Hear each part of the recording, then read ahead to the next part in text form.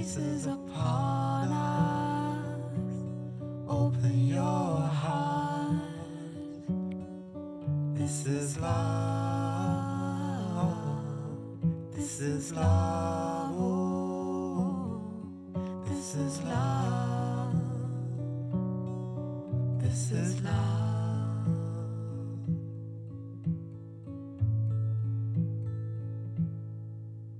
The Lord is here.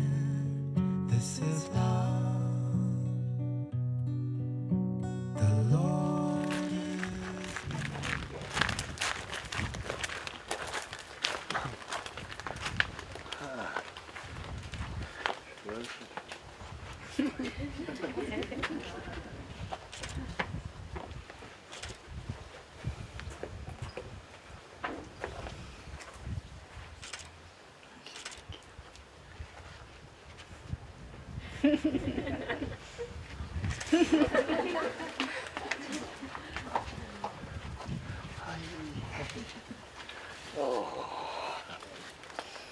So good, so good.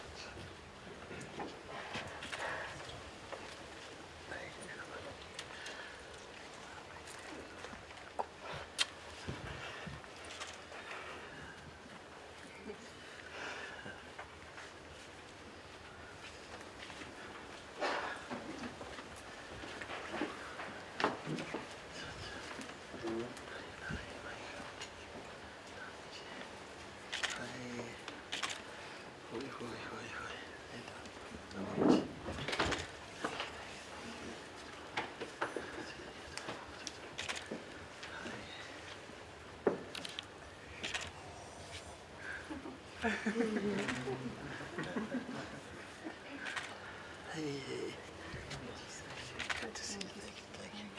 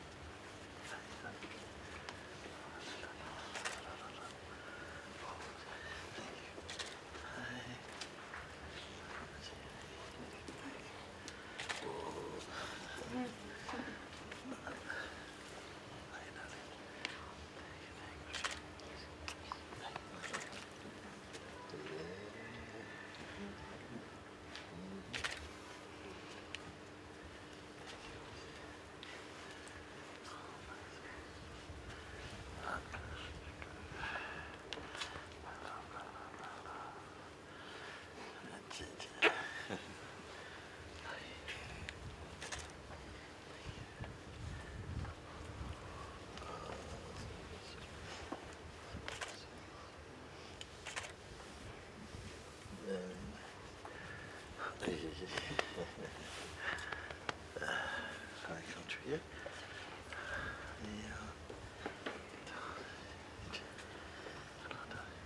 Oh.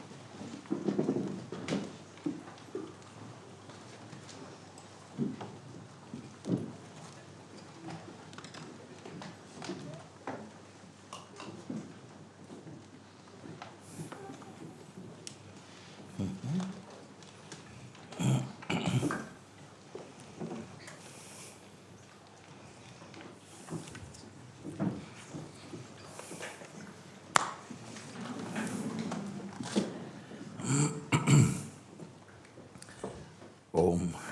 Namaste, welcome everyone to this part of Satsang. I'm happy to see that that you're, mostly everyone is here almost. And it gives me a chance to look through some of the letters that come each week and that I don't really get a chance to really see before today. So we will see. Your hand is up. Come show Swarupa. Thank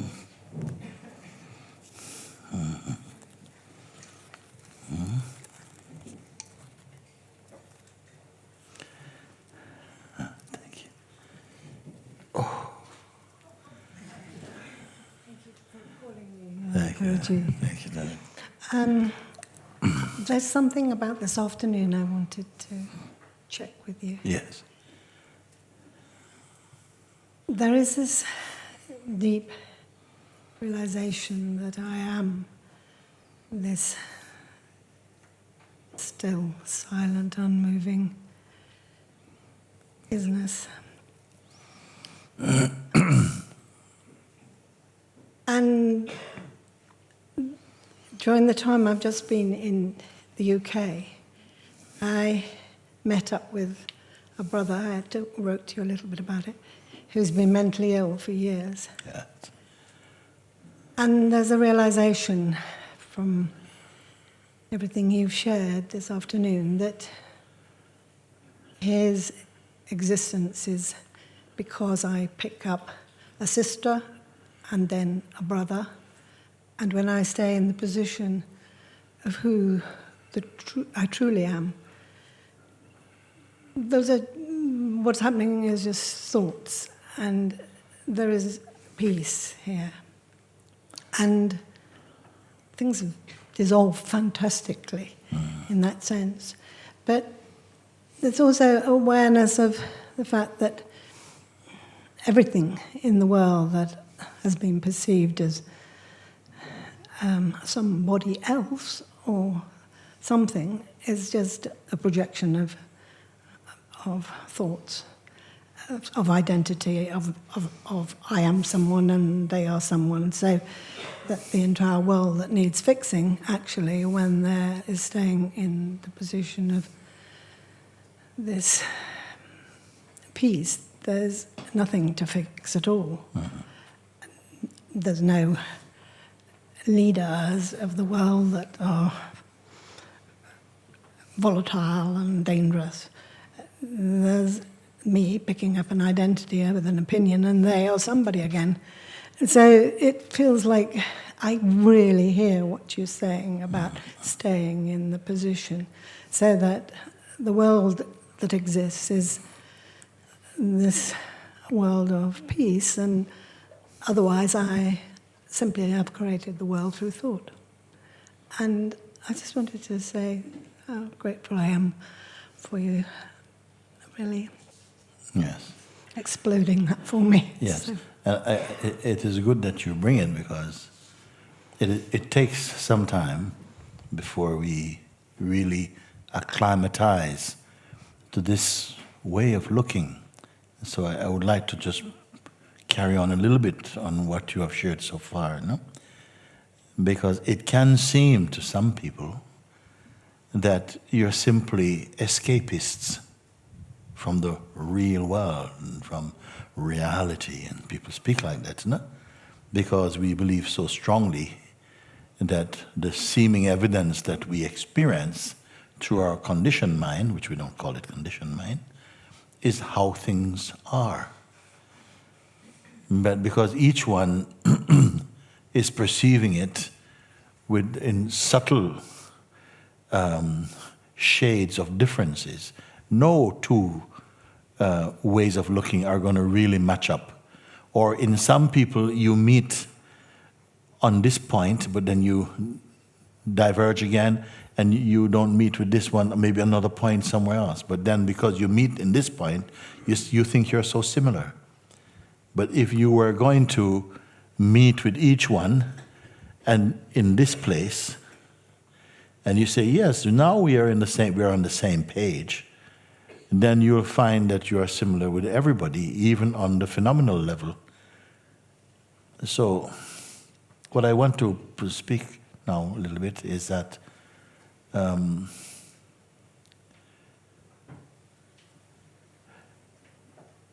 almost everyone who lives in the world, so to speak, let's use some plain language, everybody living in the world have had some conditioning, just in the same way that all the beings who live in the ocean are wet.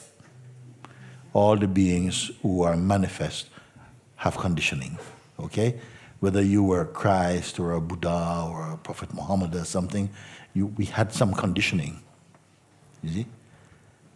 And that conditioning influences the way in which we express ourselves and the world that we think we see. We can't help it. It's part of the way in which the dynamic expression of consciousness as life and otherness and interrelated opposites, that's how it is, and that we all on that level. We are who then? Consciousness, because there's no sentient being who is without consciousness. And consciousness is the thing that is the most dear to us, dearer than anything else, dearer than your most beloved. The most valuable thing for you is consciousness. Earlier I said, what if I could give you 10 times the things you left behind back in exchange for whatever was there that nobody can talk about? Would you have it back? No, they don't want it back. It's the same people, no? You didn't want it back. Okay? Now, if I said that all the things you could value in the world that you have experienced, and all the memories and the desires and the future of the world and all these things, okay? Let's supposing that he said, okay, all these things you can have 10 times more, and all the things you can fantasize about having, you will have this in exchange for consciousness. Okay? All the things you want. You want the stars? They're yours. You want to have is yours. You have everything, but the deal is in exchange for your consciousness. Would it have any value? No, because it is with consciousness that you'll be able to perceive it, that you'll be able to perceive yourself perceiving it, and you will be able to have value for those things. It all comes out of consciousness. So that is just a very natural thing.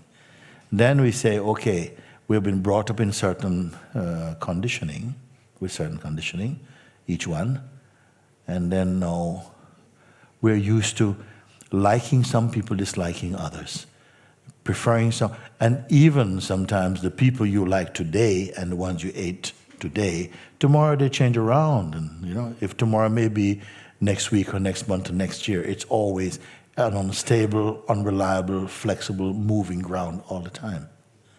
And we're living with this, and we forget that last week we were friends, and this week we're enemies, or whatever. It keeps on going. So in this world that we have fantasy, sometimes people have fantasies, that we're all going to make the world one loving place. It's not going to happen.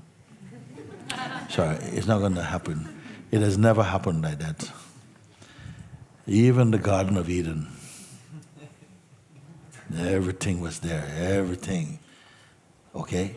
Everything, the best everything, best bananas, best apples, best everything was there, no? Best life, everything was beautiful. 2 people only. And they ruined it, basically. It was just 2, okay? So it's something in it is working like that, okay? So then we have a strong indoctrination that we should not interfere with this. It's our responsibility to keep on trying to make it better. And also consciousness allows this. It's one of the ways in which it expresses. No? But also this wonderful thing, which is like we're not working now with the Jews and the Gentiles and the Protestants and the Catholics and the Muslims and the Christians. We're not working like this anymore. For now, in this satsang, I said you have to be like the cow that jumped over the moon, meaning you have to be the one who jumped over the moon mind, because in the moon mind, all beings are in conflict. They have friends and enemies. They have heavens and hells, life and death, you and me, this and that, fat and thin, all of these things are there. Here, we're not focusing on this. Oh, of course, in satsang, sometimes people bring this also. And they say, yeah, my husband left again. And I say, okay, can we focus a little bit on who has been left? And I say, oh my God, no. Okay, so we try not to focus on this because the mind naturally gravitates to what it feels to be the norm of thinking. But I'm asking you, okay, we know all of that. We know all your stories. We all know each other's stories, by the way. It's nothing new. Okay, we hear it again. So, something radically different. is beginning to look from that layer of consciousness before the mind arose with all of these things. In fact, the mind arising with all of these conflicts and so on is naturally seen, and everyone has to confirm. It's true. Whatever I say about my mind is just something I'm perceiving. Maybe through imagination or wishful thinking or some kind of biased thinking. That's what I am observing. So this way, it is so radically different and fresh because it doesn't require enemies or even friends or belief systems deeply. It helps if you have trust. And first you have trust in your teacher's presence and guidance because you see the fruits of them. So you must have a little trust at least to apply their pointing. But apart from that, nothing else. You don't have to be a member. We're not, the Satsang army. We don't have, it is very clear what many people they like. They say, I don't want to be part of a religion, don't want to be part of... Be careful not to want to be anything or not to want to be nothing. Keep the mind open, light. So because of this, there are less ghosts, there are less demons, there are less enemies to fight against, the things that the mind uses a lot to somehow blind your way. Here we're not focusing on this. I'm just asking you, but all of what you're speaking you see, isn't it? Yes, I see it. Okay. In 5 minutes you look. Is it still there? No, it's changed a bit. So do you want to keep on putting energy into this thing that changes every few seconds? It changes. And by the time I'm found a solution for this, it's become another problem. So do you see this? And then somehow we can have to admit, yes, it's actually trying to win a race with a dead horse. It's not going anywhere. Then say, okay, like this, you can begin to look again and admit that actually the place where you're looking from does not need any further conditioning or anything else. It doesn't need, it's not a place of need. Can you see this? And I didn't ask you, can you imagine? I say, can you see? You don't have to be creative, don't have to be any of this. Just, can you see? And of course you have to admit, yes, I'm here, the one seeing. Anything simpler than this we want? And still, in spite of this very simple way of looking, 10 minutes later, yeah, but Mooji is back again. The mind is back again. So this is something it keeps us here, Yeah. That is what is so profoundly different, is that in many parts or ways or approaches to truth-seeking, the ego is included in the search. So he's happy, he's doing something, he's being spiritual, it's fine, it's very good. Getting somewhere, going so close, almost, oh, missed it, okay, let's try again. And it's an adventure for the ego.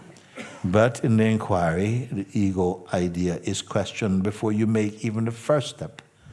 We're looking, and of course doesn't like it. You're not leaving me out of this. And this is where the battle starts early. But it needn't be a battle except when you identify yourself as a person. So these are the things I've been trying to point. And if you see, then I say, but keep confirming and looking and marinating in this. But it seems that the what you would call it now, determination, the urge, the will, the fire to do it seems not strong. So then we go back to the previous position of personhood and pick up the old problems. We start from there again. That is all that's happening like that. But it is strong now. Huh? It is strong enough now. It is strong enough now. Of course, because each time you go through this kind of thing, you believe it less. It becomes weaker, it becomes ridiculous at some point. And at some point it's just so ridiculous that you don't even look twice at it. That the mind is going, please. You just forget about it. Maybe before you could carry the mind, for 1 kilometer. You could carry the mind. And now with your continuous looking and examining, after half a kilometer, you have to put him down. No, I can't take it anymore. Then after this, a little bit more, 100 meters you can take him. After that, no, I can't carry anymore. Then after 50 meters you can carry him. No, put it down. He's still, and then 20 meters you can carry him. You have to put him down. 10 meters you can take him. 1 meter you can pick him up. And then after this one, 10 centimeter. Then after this one, you just look. Then after this one, what? Sometimes it goes like this. Gradually, it just becomes unbearable. Some people say, I can't stand myself. I just can't stand myself. I say, oh, exciting. Something's going to have to happen. I wonder who's going to disappear. You see? I think it has happened that it seems like you disappear and the ego is in place. Actually. The landlord is not the house. I've taken over or something. But just like that, it becomes unbearable. And if it becomes intolerable each time, now that you recognize the ego, when it becomes intolerable, it means that something has to drop something. Is it that the ego drops you or you drop the ego? It became very unbearable. Something has happened. Yeah. Thank you. Thank you. For your support, for your love, thank you. your wisdom. Has the ego ever threatened you and said, listen, I'm going to drop you. I've had enough of you. Can we say this? Ego, listen, I'm not going to stand for this one more day. And then you say, okay. Yes or no? Oh, yes. Oh, yes. Because when he squeezes you, it's we have given in, sometimes out of fear, because it presents an image that you hate. And the minute you hate it, you will begin to present it in Technicolor and more to see if you give in, you surrender to its power or something. This is another way. Thank you, my love. Thank you. Good. Let me see now, what is this?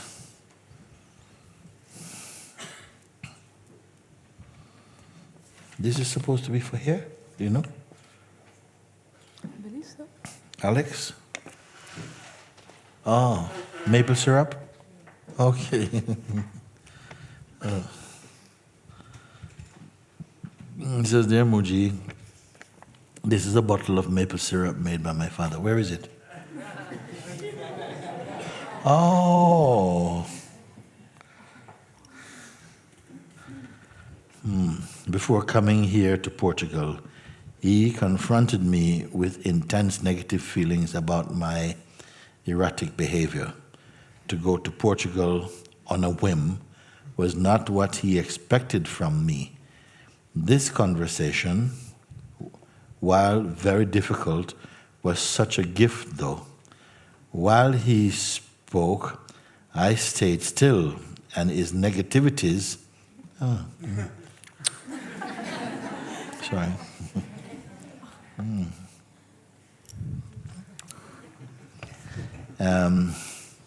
While he spoke, I stayed still, and his negativities eventually burnt up. Yes?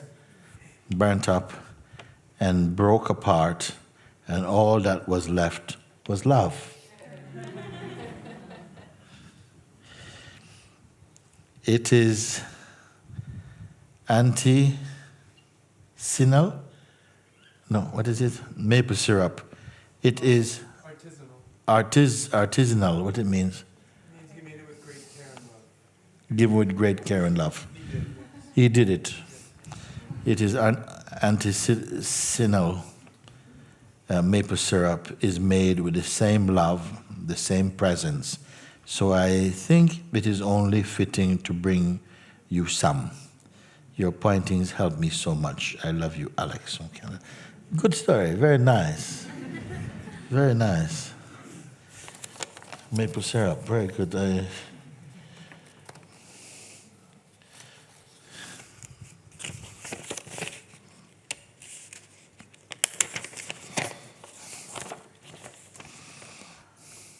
Ramana Maharshi and Papaji came some weeks ago, and you merged within me, inviting to visit Monte Sahaja.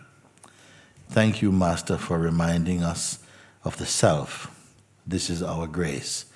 This is our eternal freedom. I sincerely hug you, my beloved, being one, dissolving together, coming to you humble to your feet, giving the person in total surrender, melting in you, dear Father, to be only one. In peace and silence, I love you, Mooji, recognizing the living Christ you are, the self we all are. And then the whole Sangha merged in this form and the whole universal family. I love you, brothers and sisters. I love myself. We are all one. Gratitude and grace from lotus to lotus. Alem Ujini. Note, beloved Master and Sangha, I offer to wash your feet if you feel it deep in your heart. This devotee will stay till Tuesday near Monte Sahaja. It is a great gift, a great blessing, if you let me share physically with you these days. We are the miracle of life. Thank you. Alem, where's Alem? Oh, very nice. Very nice. Thank you. Huh? Yeah, it's coming. Yeah.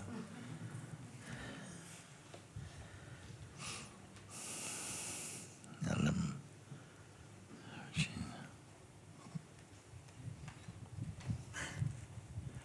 Hey. Good. Where are you from? Near Barcelona. Near Barcelona? Oh, yes. I like Barcelona. It was my favorite city for a long time, and until I went to New York. Sorry. I shouldn't say like that. It doesn't sound right, but yeah. Very nice. Thank you. Thank you so much. Thank you very much, Very good. Mooji. It's been an impulse from grace coming here, and I was shy to write, but I felt the impulse of Ramana telling me, okay, you have to do it, so it's okay. So I give sincerely the person to you. I give everything to you right now.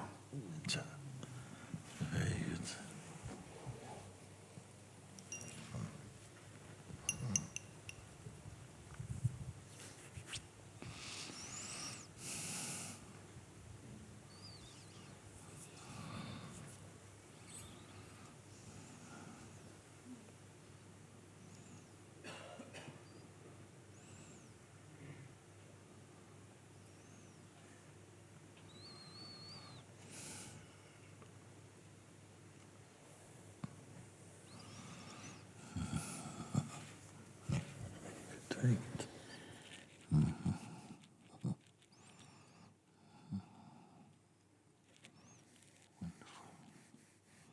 Thank you. Thank you. So good. Very good.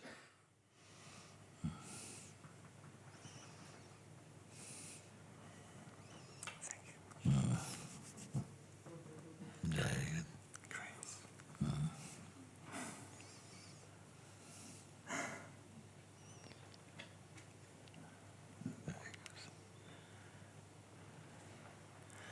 You're here until Tuesday? Yeah, 2 days. 2 days. Yeah. Okay. Thank you. Thank you very Good, much. good. Thank you. Good.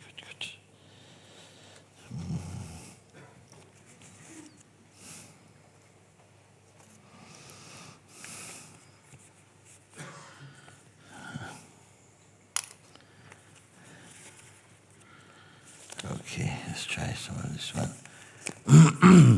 Beloved Father, Namaste. Which role does the physical body play in self-realization? How can the body help us, and how can it obstruct us or be an obstacle to realize who we are? How can I protect myself from darkness? Thank you for serving. Thank you for sharing. Thank you for these powerful and lovely open Sunday satsangs. And also thank you to the Sangha that make it possible. They do a beautiful divine job. There are so many angels there in Monte Sahaja, dancing and flying around a living Buddha. I love you. I prostrate at your holy feet. With love, Stefano. So, which role does the physical body play in self-realization? Yes. Well, the body is used by consciousness because in order for it to taste experiencing, the body gives it a sense of identity and location, give the sense of I or I am in that body, and gives this false perception that in another body where there's still I am, this I am in this body refers to that body, not as I am, but as you. And then you become other. Because in each body is reflected the vibration I am. This is the announcing of consciousness in each body. Your name is I am. And then it also, I am is said to be one intimate name of God also. I am. I exist. Nobody taught you that. No one christened their child I am, or taught I am. It arose very spontaneously, I am. And then later it got confused with the body by being schooled or conditioned to believe I am the body. I am is not the body. The body is innocent, body is necessary, but I am is not merely the body. The body is the instrument. It's like saying, I am my car. You have a nice Volkswagen car, then you feel I am my car. No, I drive my car. I love my car. Take care of it, but I am not my car. You see? You look after it, and all the things you have to do, you take care of it. But you're not simply your body. And the body is innocent, and the body necessary. And we can feel gratitude for the body and for the senses and say, thanks to life, thanks to existence, thanks to God, for this chance of experiencing and the power of this diverse range of experiences that give me the taste of diversity in life and the richness of consciousness. And with the instrument of the senses and the mind and the capacity to discern and to discriminate and to learn and to imagine and so on, with these tools, these instruments, I am able to perceive life in the subtlest, from the subtlest of the subtle to the most gross forms. Something is perceiving through this body. That something is called I am. It is the vibration of pure presence, the light of the Supreme. That is the presence I am, the sense of existence in the body. But beyond this feeling or the sense I am, the sense of knowingness, lies the Absolute, the pure, unborn, imperishable, eternal, pure awareness. It is not somewhere else. It's not one behind the other. It's like it's inside in the heart of the mind. in the heart of the mind, you see, is the self. It is one. Just like you may have sometime, you have something like an aerial of a car or something. It's one unit. If you pull it out once, it extends. And that extension, you may say, is the I am. And if you pull again, then I am the body. But all the while, whether you pull the thing out or you push it in, it's still one unit. And that one unity we call the pure, the supreme, the essential being. So this is how this thing, now I come back. What role does physical body play in self-realization? With this physical body, we can have the taste of knowingness and the sense of otherness. And this sense of otherness is not really real because it is only the one self. There's nothing that is absolutely uniquely different or separate. But I don't ask people, you must believe this. It will be revealed to you. It is not the most important thing to learn right now. Right now, what is important is that whatever these things are, they don't exist if you don't exist. It is you who perceive them. If you are not here, where is the world for you? You are the one who is perceiving in life, in this body. So they ask, how can the body help us and how can it obstruct us? The body is necessary for the sense of knowledge or knowingness. In order to compare, it needs the mind, which is the instrument for comparing and interpreting variety. But it's the consciousness that is really enjoying this experiencing. Even the mind is nothing without consciousness. How can it obstruct us or be an obstacle to realize who we are? In itself, it is not doing anything, but it's we who believe too much in it. It's like money. You can't blame money. It's that money is evil. Money is not evil. Money is a very good idea, okay? But your love for it and your craving for it becomes evil. You see? Everything that is on the earth, on this planet, has its use and is good. Even poison has its use. Everything has its use. And it is what it is. It's kind of innocent in a way. But it's what you take it to mean for you that will give it that relationship. For some person, you might say somebody who is selling peacock feathers. For one person, it's like really bad luck. Oh, don't even come near me with that.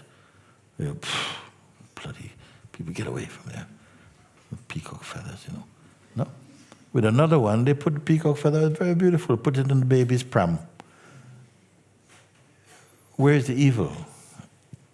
In the mind. So the things in themselves, it cannot stop. The body does not. Naturally, the body is here to facilitate and to give the opportunity to experience and to compare and to exercise your ability to contemplate and to inquire in order to win yourself back from the kind of mischief or the tyranny of the psychological mind. So the body is very much a part of that. How can it obstruct? If you start to worship your body or think that you're the body, then it becomes an obstruction. But the body cannot obstruct you. It's your relationship to it cause you to feel a different way. So it doesn't cause a trouble. Then you ask, how can I protect myself from darkness? What is darkness? Darkness really means ignorance. Yeah? Like, I said something recently that it's an old saying, I think we grew up with it. God made night, man made darkness. We say like this. Darkness means ignorance. How can I protect myself from ignorance? Come to Satsang. It's helpful. You more about yourself, and this ignorance is going. Because ignorance and knowing yourself cannot go together. In fact, not knowing who you are is called ignorance. If you don't know who you are and you think you know everything about the world, they call it studied ignorance. You don't know who you are. You know everything else, but the knower of everything you don't know. This is called ignorance. Then thank you for sharing and so on. It's good. Okay. This one. Let's go back here and see what this one is. Guruji, do you have any advice for going through intense phenomenal transformations whilst not being in a supportive environment and trying to hold down a job, thus adding more resistance instead of surrender, which naturally happens in satsang environment? Again, do you have any advice for going through intense phenomenal transformations? Intense phenomenal transformations. Maybe sometimes even as you get some powerful insights, the consciousness begins to open up its power inside the body, and sometimes, whoa, what's going on? Lots of stuff, people start blah, blah, blah, blah, yeah? And what it means, nothing. It's shaking its wings out. It's been tied up for too much, with too much person. Now you take the person away, the consciousness, oh, feels good. It's, and then people go, oh, he's behaving strange, a bit ticky, like this. And then, so this we call intense phenomenal transformations, whilst not being in a supportive environment and trying to hold down a job, thus adding more resistance instead of surrender, which naturally happens in a satsang environment. So basically, it's asking, in this type of environment, you're working, something is happening strong in phenomenal experiences and transformations are happening, but you're not in a supportive environment. You're working, and which gives more resistance instead of surrendering in what would be more natural in a satsang environment like this. Because sometimes people come to Monte Sahaja, they see people crying. And next minute laughing. Then, wow, it wouldn't do so good outside, people. You wouldn't be able to hold down a job. They say, no, mental hospital or something. But here we are quite comfortable. We say, no, they're cool, let them express. We're not trying to attract these people, though. Because sometimes people say, I have a brother, he's been like this, Can I send him to you? No. What do you think this is? So this all seems to be getting harder, not easier. I feel like I'm open up in satsang, and then I'm thrown back into dealing with this in the mind field outside. So this may happen to someone, they come to satsang, and genuinely, some changes begin to occur. Of course, naturally. The consciousness is flowering, it wants to express. And in our culture, we are trying to control. Because nobody wants to find out what a human being can look like when they open up. They want you just nice, tick, tick, tick, tick, tick. And then somehow you find some strange things coming. We say, no, we don't want you like that. Okay? So, how to do? I feel like it needs to be either satsang or normal working life. But I have been going between both for the last year, and it's now too intense with all the insights flooding in. So you're watching videos, you're going to satsangs, things are getting pretty intense, which can be nice inside. Inside maybe it's very, very, your behavior sometimes, you start to act out of character even, you see.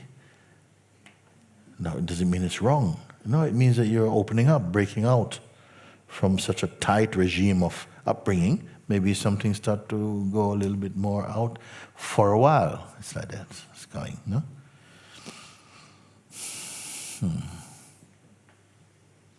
It's good to have your own place, or at least your own room. So you see, you can lock your door a little bit. But sometimes you can't, you see. Like in India, very often people don't just have a room, everybody have a room. Sometimes you're in a room 4 or 5 people. You see? So I think there's a general consensus, unspoken amongst people. You can have a freak out, it's okay. Because we have the space for private little places like that. And it's nice, it's good. So I feel like it needs to be either satsang or normal working life, but have been going between both for the last year, and now it's too intense with all the insights flooding in. It's so easy when I'm in a supportive environment of satsang.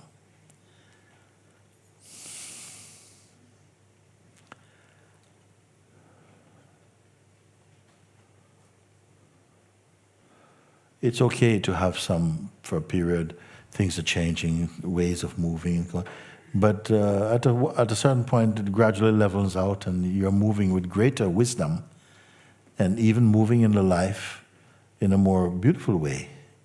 It's not that you're going to be a freak or something, you know?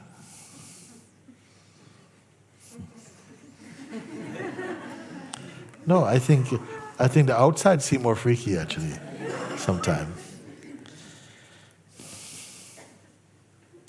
I know this isn't the self-speaking, but if I ignore this situation any longer, I am not sure I can cope. So please help. Thank you, Caroline. You see? How would it work? Have you all lost your jobs for satsang? What? Oh my gosh. Turn off the cameras.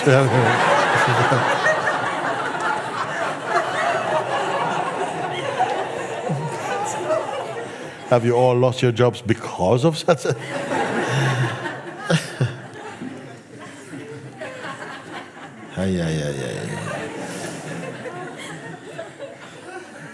Anyway, you're happy about it, so that is something I've never heard. There's so many unemployed people so happy.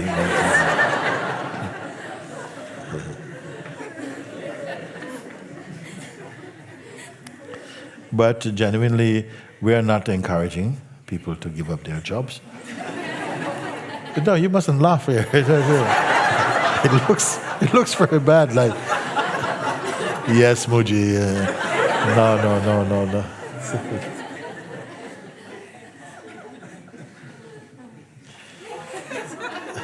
Somebody here should speak up about this. You know, leave it all to me. And yes. You have some other yes. Yeah, yes, go, yes, tell him. Please don't say the wrong thing, please. Okay, so for me, I have 2 kids, so even though I'm here now, I always have to go back to the world. Yes. And I think if I didn't, I would probably just be like everybody else. But I think what it teaches you is to see God in everything. So even though you're working, you're like in the rhythm, you can do self-inquiry, you can be really practice, I think. And I think it's actually been a beautiful lesson. Very good. But also, but now I have my own business, so I can come and go as I please. So I do have a job. And the fact that you can be, we speak about this all the time, that it's good for people to go back into whatever you call it, reality or whatever they call it. But to be in that space, if you need to go also, not that you're forcing it, people need to go, spend some time back in wherever, and then somehow find that it's been very rich, enriching even, to go and to test out your realization. Not in some arrogant way, but to, not to be living up into the bush, all the time, and, somehow in the bush you're, some yogi. When you go to the city, you're some bogey or something. You can't really function. But I feel one who is awake can function in any place. Not just feel, I know it, in fact. But to say, but I can't do this, is already, you're bringing the negativity to it also. You see, why shouldn't one who is more open in every way be a much more invigorating, inspiring presence to be around than someone who's very narrow and tight? It depends. Each one.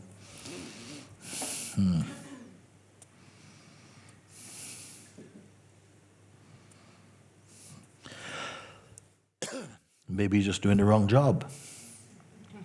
Sometimes it is like that. Or you're in an environment that's totally not supportive.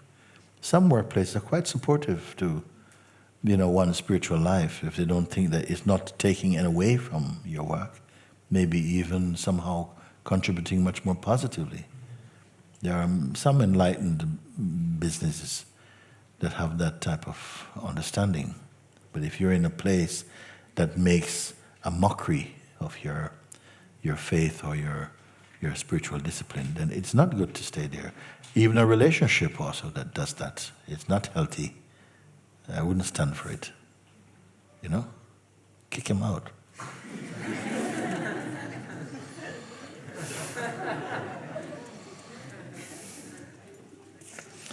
Okay. To be brief, where did it start? Okay, to be brief, out of love and respect, after 40 years of seeking, I have recently found the self that I am.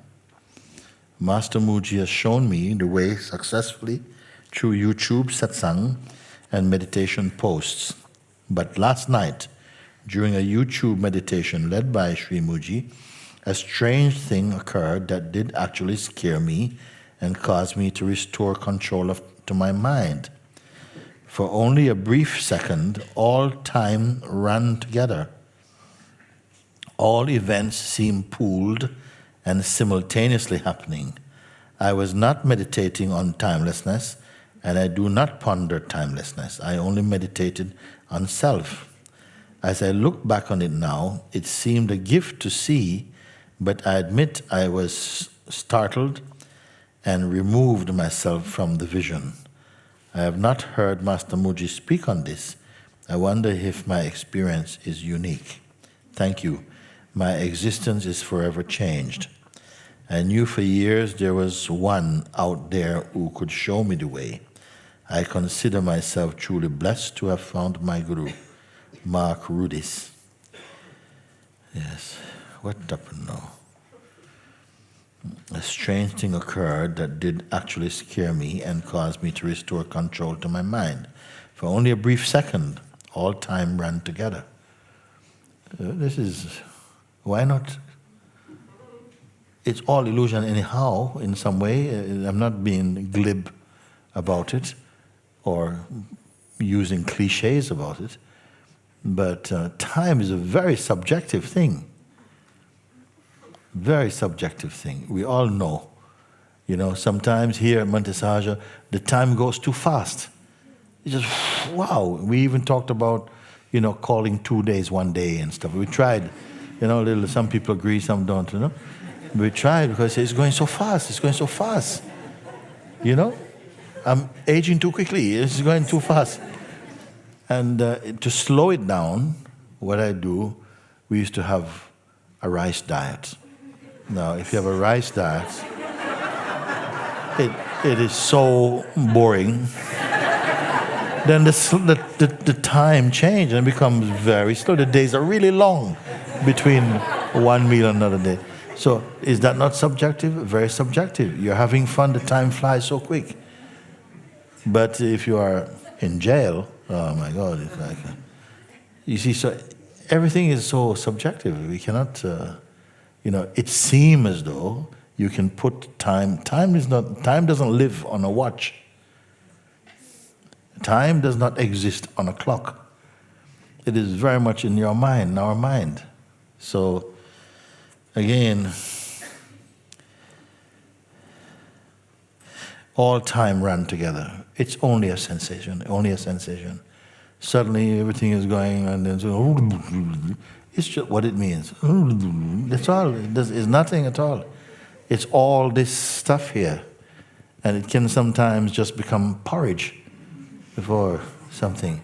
Why should it all be explaining itself nicely and tidily? Sometimes it's porridge. Sometimes muesli. Sometimes like this. Sometimes old porridge.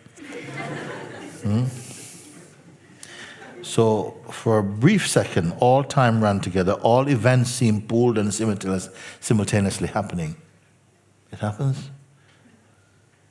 what's the big deal? It's nothing at all. You make it a big deal.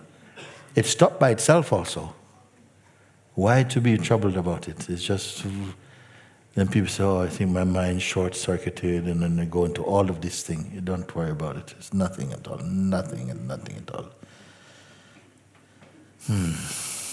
As I look back on it now, it seemed a gift to see, but I admit that I was startled and removed myself from the vision. What was startled? Mine was startled. You see? And in that moment, you re-identified with the mind. The mind says, whoa, what was that? Whoa, that was scary. I don't want to have that again. And you being so attached to the mind, think, yes, it's me, this happened to me. But you are the deep consciousness in which all kind of things can seem to happen and not happen. But for that moment, something returned, which is identity, and it took the form of, that scared me, that should not have happened. The game was going nice and miraculous, and then suddenly, porridge. And that's not good. I don't want this again. And re-identification come. I really want that you see this thing, you see? Because it can happen to anybody, You think you're making sense out of your spiritual experiences, and and then suddenly, and then, oh my God, no. What does it mean? It's nothing at all. Nothing at all. Now you see, I have not heard Master Mooji speak on this. Why? Big deal.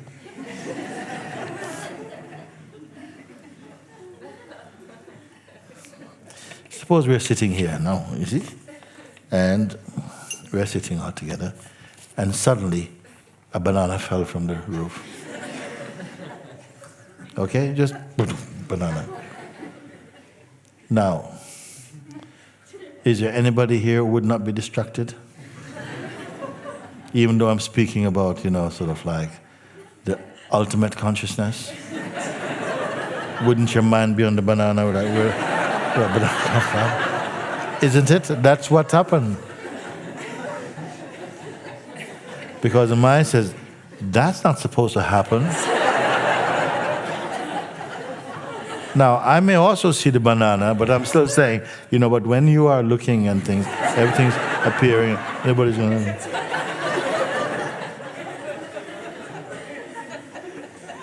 This is how fickle the attention is. So 1 minute you're speaking, like grand, eloquent words on spirituality and how nothing exists, and a little banana drop.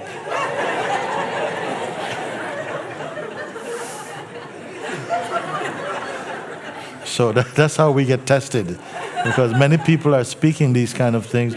Nothing exists, I don't exist, you don't exist. But the banana really exists. You see?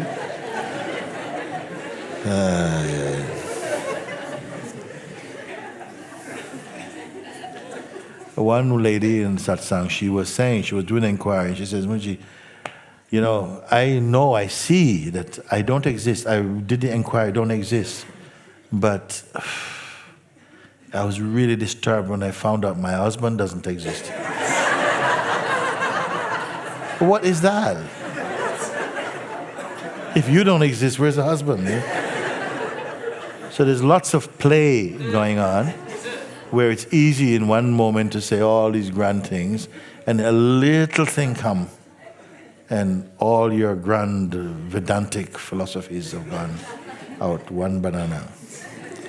Namaste Guruji, Om Namah Shivaya. Sorry, so no, don't do that,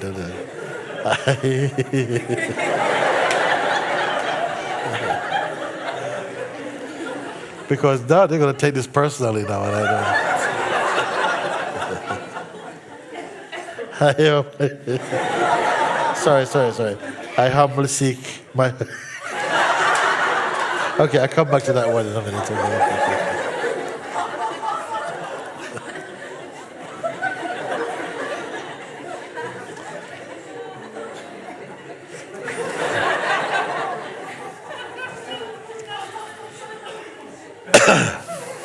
Okay. Beloved Mooji, it's been a great gift to have you back in Italy after so many years. Unfortunately, for a long time, I cannot move, living only with retirement. I have not had the chance to reach you again. It was great to hug you and feel all the love that you give to me. So much love that my legs continue to tremble, and I felt such a lot of grace for all of this. In you, I see the pure and sincere expression of love, a fixed point that makes me feel the heat of my heart when I embrace you. I love you so much, Mooji, and it's the first time that these words have a meaning to me. Mahima. Do you know who is Akashi, you know, from Italy? Mahima. Okay. Okay. Dear Guruji, with love and grace, 4 months ago I had a major surgery on my left shoulder, and it was so uncomfortable to sit in this pain and let it heal, to look at all the ways I had a body-mind relationship, image, and the society's acceptance of me, or what aging meant to me regarding the body shape and size. Your pointings have helped me to look layer by layer at all the camouflage identifications I was battering with.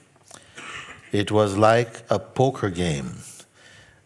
You can have this one card, and I will keep and hold this card.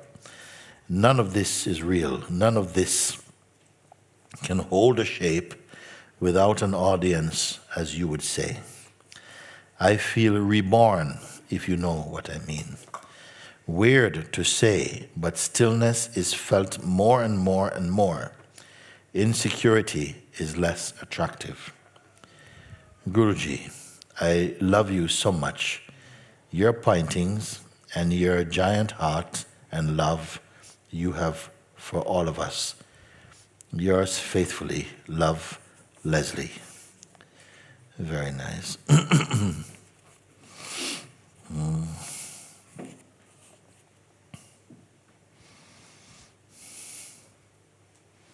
Very good.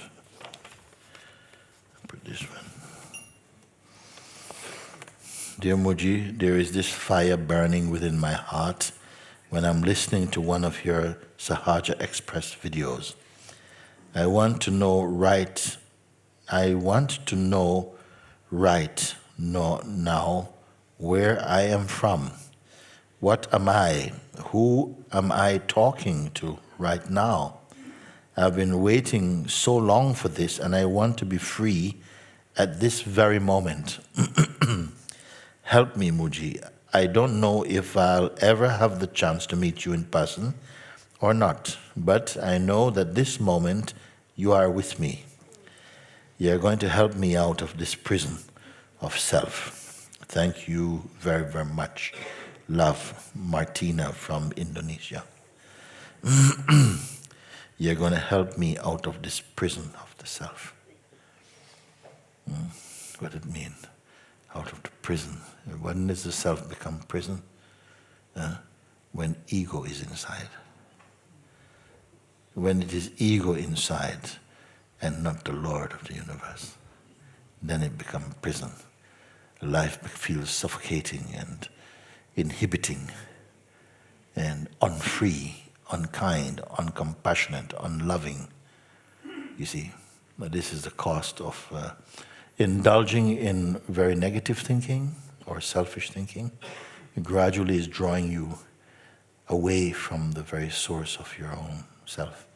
It is a psychological play, it is an emotional play, but it's one that the human aspect of consciousness is deeply attracted to the emotional play, the psychological play, the philosophical play of consciousness. We love it.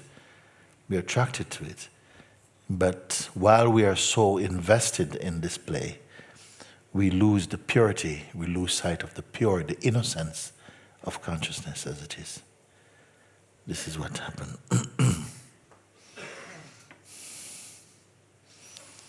Who am I talking to right now? You see? Who am I? Where am I from? You see? These questions, we have been looking together for so long. It's the only thing I am speaking about. But as soon as we hear it, something makes you forget it. It's like you're starting afresh every time. The thing is easy to remember is to remember yourself as ego, as person. The thing is hard to remember is to remember yourself as pure consciousness. Why?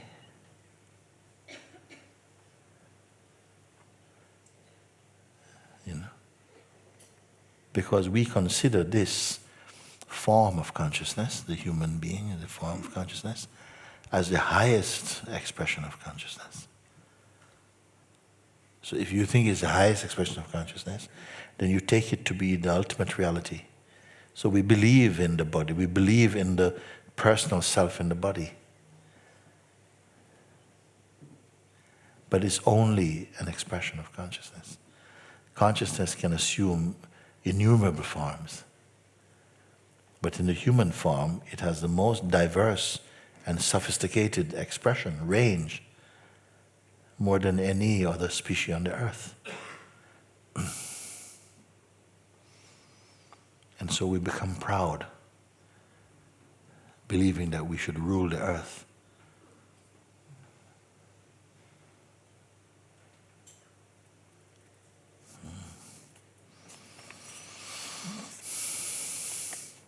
Most beloved Guruji, I want to thank you from the deepest of my heart for your coming to Italy.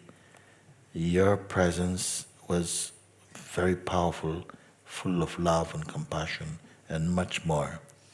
Every day it is much more clear to me that I'm here only for you. You're my clearest mirror, my father, my mother, my friend, my everything. The body now is so tired, the mind so confused, emotions are moving around, and I don't really know how to go on like this. But I feel very deeply that you are the only thing I was looking for. I love you so much. I bow at your blessed feet. Take everything that is not true. I am here only for this, always in love with you, the truth. From the very beginning of time until the end of time, always your Karishma. Thank you, thank you, thank you. Yes. Then I go back to the one I was reading now. Namaste Guruji, Om Namah Shivaya. I humbly seek your upliftment into self-realization of the timeless self, as Sri Mooji has said in his quote a few days ago. Uproot the ego in me, transform me with enlightenment, that I may be silent within, while in the mad rush and noise around me. Bless me with thoughtless awareness, the key to lasting freedom, joy, and love. Let me not fall back into the worldly attachments, the never-ending thoughts of daily life, and the problems I encounter, confusions, desperation. The list could be endless. Let it all melt in your guidance, Swami. Forgive me, correct me, purify me, and dissolve the I and me. At your lotus feet, Sima.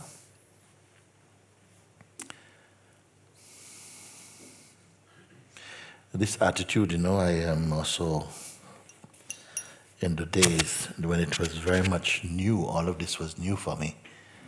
I didn't start with self-inquiry. I just had this very powerful thing that happened inside, which I see happening with many people, you see.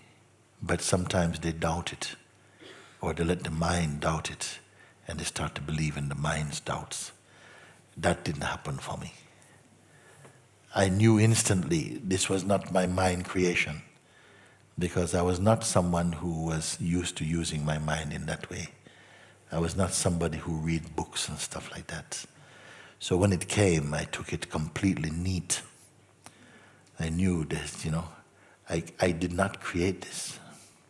And from the very first moment, my heart and mind fell into a state of gratitude.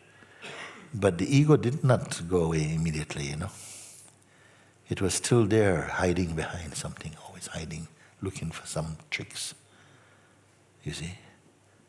But it was very clear that there's a power, presence. I'd been combined with a presence, and it was doing all the beautiful things, not me. Not the kind of me feeling, you see. And there was a great trust for that. And with that feeling inside, surrender became a joy. Sometimes people say, you're giving up your power, you're giving up your rights. I say, what power? You have no power. You're giving up your rights and your freedom. What freedom? You have no freedom. What freedom did I have? I said, look, God has caused me to cheat to make me feel I have something to offer. I had nothing to offer. Everything I had to offer belonged to God. You see? So I just thought I got the best deal in town, basically. And what would you feel but pure gratitude? Just thank you, thank you, thank you, thank you, thank you. Oh, it was so sweet, so sweet, so sweet. I used to pray in those days, don't test me, because I will fail. If you want something done, you better do it, because I can't do it. But it felt so nice, it felt so good. Because I think, wow, you make it easy for me. Because all I had to do is to admit, I'm not good at this. And I said, okay, I do it for you. Yeah? And then gradually, somehow when it was ready, he said, okay, go, cello, go to India. And put me everything that happened. I did not see it with foresight. I didn't say, I'm going to go and meet. No, it was hindsight. Everything was arranged. My meeting with Papaji, everything was arranged. You see? And I'm saying this to you because everything for you is arranged. Everything is arranged. There's such a great love in service to your existence if you only allow yourself to see it. Drop your arrogance, you see, and you will see it. Want to do it yourself, and you end up only with a proud fool. But offer yourself up, and you see you can walk with majestic steps. Yes. This is the magical life. A person who wants to be proud, they want to take delivery for something beautiful. Yeah, I did it. Yeah? The person wants to do. Yeah? But the one who is humble will say, no. Get rid of this mischief maker. Yeah. You alone cause all these things. And like this, they clean their heart from all stupidness. Everything becomes so easy. The life is so easy. Why? Because life takes care of life. Life takes care of life. Who are you? Life.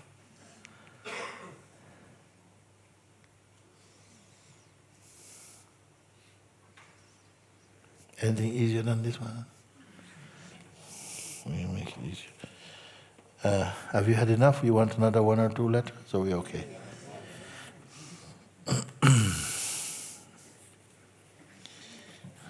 12 here now. Let's see what we have here now. Beloved, I do not have a question. Everything has been burnt, including the sense I am. There is space. Words, movement, changing landscapes, work, thoughts, and emotions all come and go. I amness too comes and goes. Blessings to Sri Mooji. Blessings to Sri Nisargadatta Maharaj. They pointed the way. I took the first step. Nobody took the last. Om Namah Shivaya. David Rosenberg. Nice, huh? Yes. Wonderful.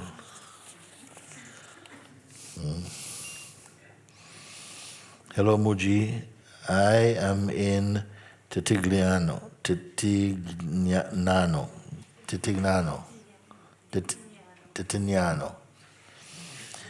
Thanks for coming to Italy. What is happening now is that every time I look at myself, I cannot see really myself, but an idea, an image of myself that is not my true self.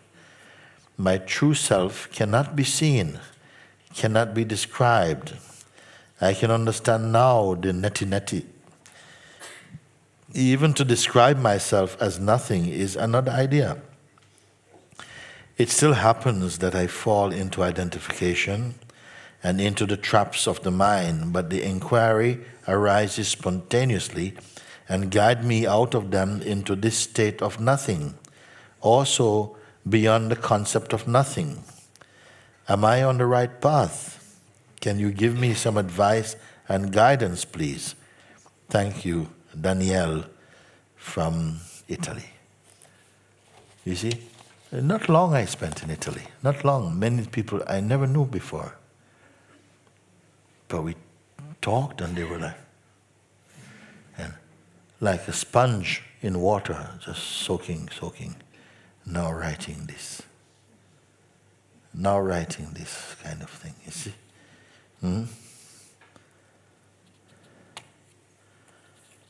After writing this, to say, am I on the right path? You must be joking. Of course, you're on the pathless path. The wayless way. The roadless journey. Because you say earlier, no?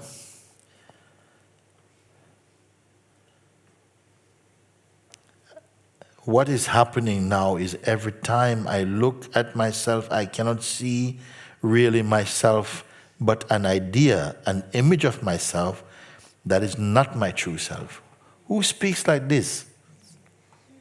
It has to be someone who is inside.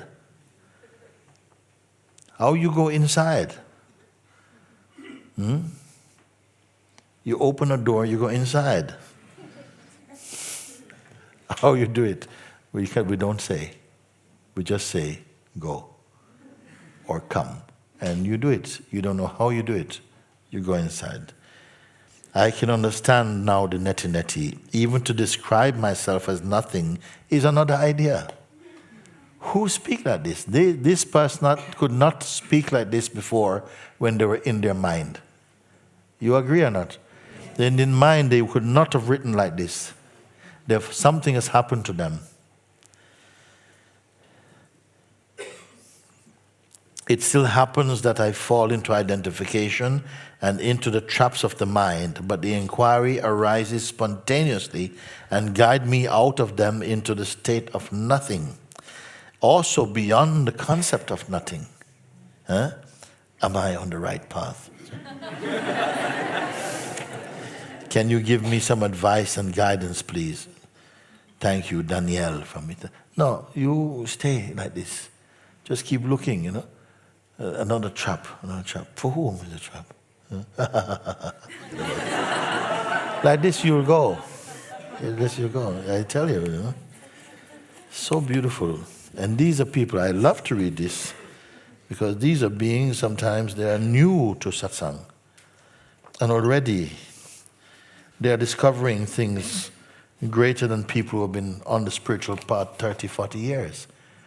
In 2, 3 satsangs, they are cutting because we are not dealing with frills and, you know, you say, no, just straight, like an arrow. No fire arrow. No, straight. And so they are seeing immediately, you see. This is such beautiful. Good afternoon, sir.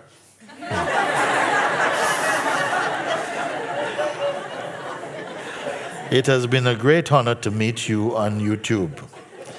The Great One led me to you. You have been a confirmation for many things I felt inwardly. For more than 14 years, I was a pastor for many. But 3 years back, I felt very strongly that I was the opposite of what I thought I really am. I closed the church to avoid confusing people as the mind was resisting this truth. The Great One gave me grace to do this, and it felt right to me, although it did hurt those who believed I was gifted to lead them. It has been a journey of trying to complete a puzzle. By His grace, meeting you has been like coming home. I believe as I eat from this table, I will become more and more of who I really am. I am one with you. Amen. Yours sincerely, Daniel Mguye in South Africa. This is a great person, huh? Great person, because he's already got a sort of a status. And you're going somewhere, you're doing something, no?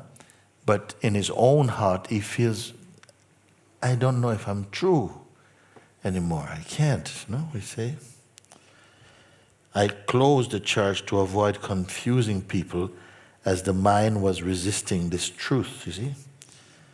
The Great One gave me the grace to do this, and it felt right to me, although it did hurt those who believed I was gifted to lead them. I have been on a journey of trying to complete a puzzle. By His grace, meeting you has been like coming home. This one, what is put it in the heart? The grace put it in the heart. Go search, because the mind was open enough to say, look a bit deeper, come. And so what he's following the scent, he's following the scent. And as he's following, who he thought he was is disappearing. This is where you find your way home.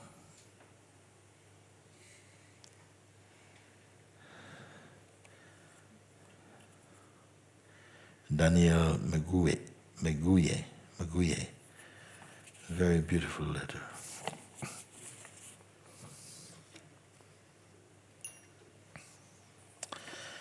Dear Mooji, I bow down at your holy feet. I know that this life is for freedom. I see nothing else worth pursuing. My father and I have been following you on the internet for about 9 years. He clearly has the spiritual authority to guide me on the path, and we have satsang almost every day when we meet for breakfast. I also feel the desire to come to Monte Sahaja, but the spiritual magnetism of my father somehow holds me where I am. Still, I don't know who I really am, although I have experienced the self in my early childhood. How can I overcome the feeling of being limited in this body? Please help me to overcome my delusions and take me home completely. At your feet, Jason, Hamburg, Germany. You see? This is powerful that your father or your child, your sister, your mother can be having satsang with you, breakfast. And you're gripped by something because you can feel the power of their spiritual authority. You know? What a love that must be there. Still there's something to finish. Maybe the father or mother cannot finish. You see? And it's a small thing. Small thing, you see?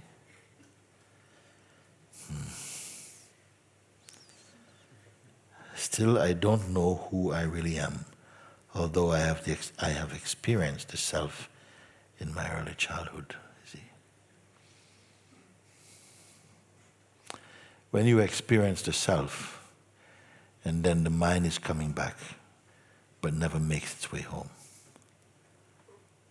then it's finished. The mind wants to come back after a while because the power of the insight is so strong that the mind is thrown out. Then for a while, in the absence of the psychological presence of mind, there's great joy, great love, great laughter. You see? Some beings, they just enjoy.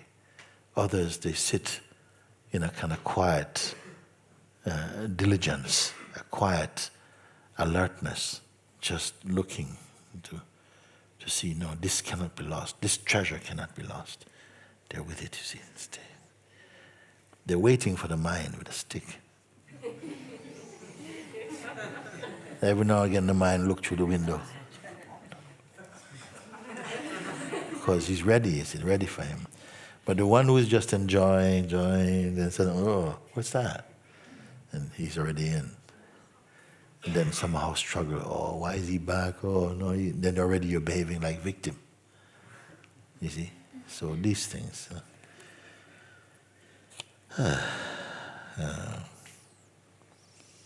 How can I overcome the feeling of being limited to this body? Please help me to overcome my delusions and take me home completely.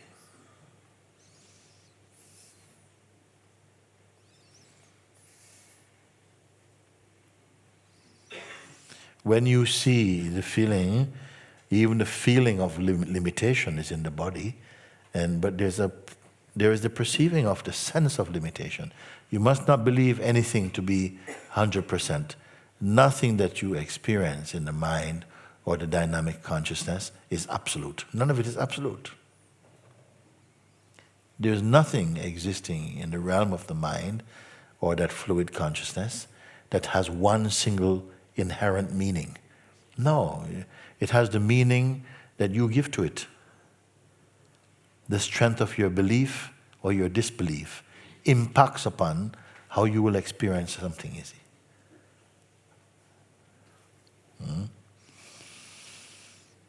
How can I overcome the feeling of being limited in this body? Don't worry about it. Either you look, what is aware of limitation? What says I'm limited in the body? Who said it? Who told you? What said it? Okay, you may say, yes, but the body, I want to fly, I can't fly. That's limitation. So you want to fly? No, but it shows that's a limitation. Then these things will work at your mind. A human being cannot fly. In fact, there's no creature on the earth that can fly like a fly. Okay? A human being cannot fly. Does that mean they're limited? Yes, if you want to fly. But that's not what it means. It says that the consciousness is unlimited. So why does the consciousness want to fly? No, it doesn't want to fly. Mind wants to fly. Mind wants to say, oh, why I can't fly like a fly? So how can I overcome the feeling of being limited in the body? Just be aware that there's a sense of something is paying attention to this sense of limitation, but it's nothing more than just a thought that is auditioning for your attention to get you to say, yeah, why can't I do this? And to get pulled into the noise of some absurdity. And then like this, you already start to live in a state of misconception, you see. Very easy to do. What you have to do to keep fighting the many battles, the mind will bring you many things to challenge you. Are you going to beat them one by one? Not necessary. You only have to know who you are. That's the master key. Once you know, all the things mind do means nothing at all. They don't even have the power to catch your attention. It would be like an ant trying to tickle an elephant. No, it's not going to happen. Okay? The mind becomes like an ant trying to tickle an elephant. When your mind is rooted in the heart, it has no impact, nothing at all. You're not going to say, oh, I really wish it would stop doing that. No, it stop doing what? It doesn't exist. And it's not because you're trying to fool yourself. You see that it is foolish to be even thinking like that. That's the way. Here we can go now. Hello, Master Mooji. Master, I am Frazane Norolahi. I am Farzane Norolahi. Must be from Turkey or Iran? Iran. Oh, you know her? Okay. A 29-year-old girl from Iran. And I have seen your videos on YouTube, and I met you totally by accident. I want to ask you, Master, since your third eye is open, can you look at my photo and see if I'm ready for a spiritual path? If yes, can I be your student and you be my master? I know it's the only reason that I came here on earth for, so please reply to me. I am truly serious. Thanks a lot, Master. Love you. Love and light. Best regards. Farzane. My answer is yes. Well, if you write and you say, I want to ask you, since your third eye, I know what she means. Third eye simply means your channel of intuitive perception is open. Means your channel of intuitive perception is open. That's what third eye means. Okay?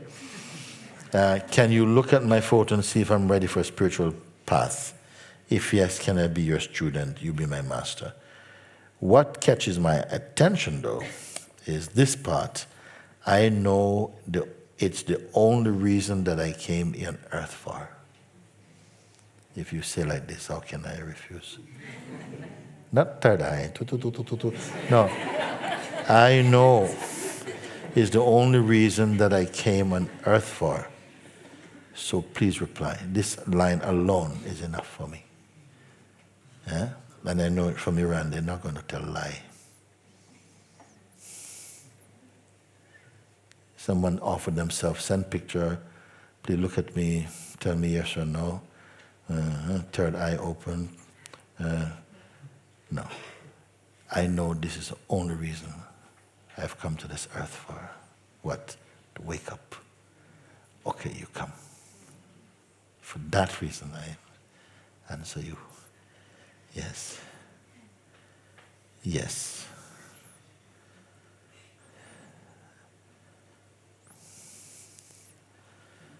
Such a student is really a joy to work with them. Let's see what we have here now. Is enough or what? What do you think? We have, yes.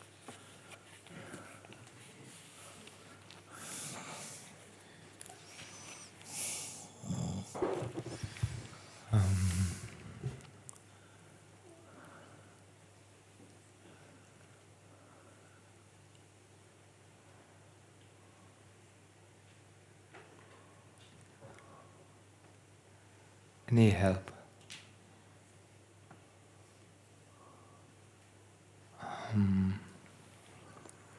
There's a lot of arrogance, a lot of ways of avoiding and resisting. To do what? To avoid and to resist. And resist, yeah.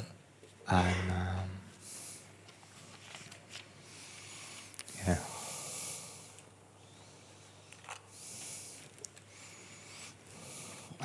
All these are the signatures of the deluded mind. Avoiding, resisting, judging, arrogance, all these. And you cannot blame the mind for being like that. That's not where the trouble is. The trouble is with you who believe in it. Yeah? Because in a sense it is as though when the pure consciousness, you may say descended into the form of a person to play the role of a person, then it sent the power of mind also to descend with the person to play like friend and like enemy. You see? And it is a role, it's an important role actually, because you have to have both the good and the bad. And in order to use your powers of discernment and to exercise your spiritual muscle and to transcend the psychological influences of the negative mind. You need them. You need the friction to grow, you see. Because you are not going to grow on chocolate-flavored experiences only. Those you enjoy, and the mind loves to enjoy. But for growth, you need trouble. You see? You need trouble, and you need to, to desire things which are not good, and then to feel the pain of and then to aspire. No, I want to be better next time, and then, and you grow. Some trees, we're planting trees, and we're talking recently, some trees, they need rocks, because they like to get their roots around the rock and hold the rock. And then in the storm, those trees are not moving. But if you plant the tree only in cow poo and soft, nice, fluffy earth, when the storm comes, it's gone. You got nothing. It's like you plant it in sawdust. But sometimes we need this. But the arrogance, gradually, it is going, And also, the arrogance is only for your stage name. Your true name is I am. Your stage name is Vishnu or something like this. And then the person is, and the consciousness wants to play in the playground of the manifest world and to have all this. So it gets into a lot of trouble, a lot of mischief for a while. And if it develops arrogance, because ignorance, everybody have. Ignorance, you get ignorance, you serve as ignorance. Yeah? Every now and again you get a little bit of arrogance. And when ignorance is combined with arrogance, then darkness come into the world. Yeah? Because he's not easy to speak with. Arrogant. Ignorance, you can catch him. Yeah? Yeah, okay. Ignorance, humility, we can work. Ignorance, arrogance, trouble. So if arrogance comes, then you're going to find it's not easy. You see? So one day, we were walking through the park. I told you this story in my town. We have a tennis court there up in Buckwell Park. I was walking, and I was walking with Shankari, and she said, Guruji, isn't that man, he was one actor, he was coming to there. Isn't he used to come to the house for satsang? What happened to him? Why he don't come anymore? So I said, well, he's a rhino. Why rhino? So I said this story, that if you shoot, if you shoot a rabbit with a dart, dart gun, but they have a little bit of, not poison, anesthetic, You shoot a rabbit, immediately, he's dropped, he's not dead, but he's gone. If you shoot a rhino, he's going to be going for a long way. And but you don't worry, because it went in. So maybe 1 mile, 2 miles up the road, you get him then. So I said, he's a rhino, meaning that he came to the house, he had one satsang, and he got hit. And then sometimes I walk in my town, I see him, he sees me. A very nice guy, very sweet. But every time he sees us, and I'm watching this, I would not go to him and say, what's happening to you? Because he would give a heart attack or something. I just watch him. So we saw him like that. So arrogance will make you like that. You see? He's afraid that he might lose his ego, which he doesn't see as a bad thing. He sees ego as like, not taking away my, my being or something. You have something like that? Yeah, definitely. Definitely, yeah. Rhino. What? After? Definitely a rhino. You're definitely. I mean, I've been coming to Satsang for 10 years already before I met you. Yeah. And yeah, I don't know. First few years, some really big shifts. But for the last 6, 7 Big years, what? shift Oh, shift something. Just checking. Now is the big. Now is the big. The other one.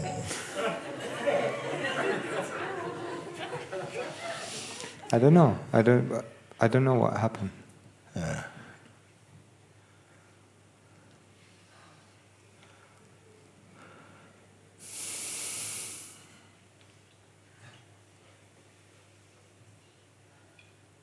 In and out. In and out of what? Mind. Not heart. You never go in and out of heart. Only in and out of mind. When you go out of mind, where you go? Heart. You go to heart. Okay. Where are you now?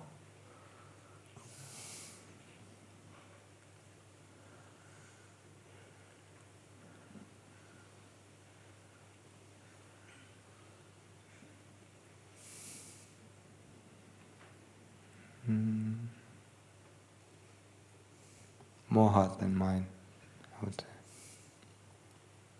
What makes it more heart than mind? There's a feeling of spaciousness.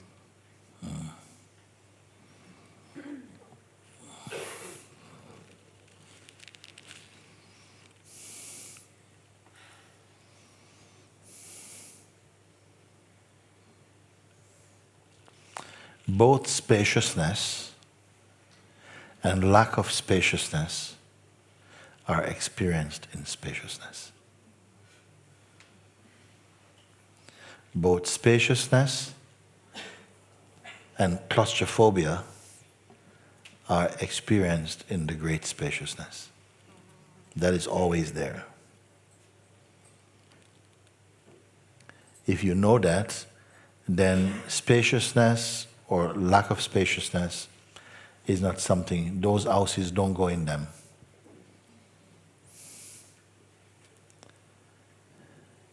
Because if you go in one, the neighbor from the other one will curse you. So you stay in the spaciousness that has no neighbors. If you follow what I mean. Because your mind is saying, oh yes, then sometimes I go there, sometimes I go, then sometimes is not important. What's important is that always you are the spaciousness in which the sense of spaciousness or lack of spaciousness is appearing in you. This you must remember like it is the only thing you need to remember and confirm. Because the moment you remember, it is there. It's not coming from somewhere. Space never came from anywhere. It is always there. Everything else come. Everything else come. But space never come. Before space came into space, what was there? The space, isn't it? Can you have a space that is no space? So that space. And the space I'm talking about is the space in which this space exists.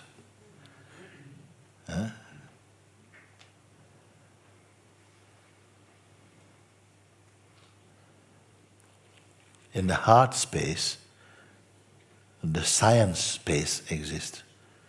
The scientific appreciation of space exists. The elemental space exists. The personal mind space exists momentarily. Come and go. If you know that. Would that lesson be useful for you? Would that be useful for you or not?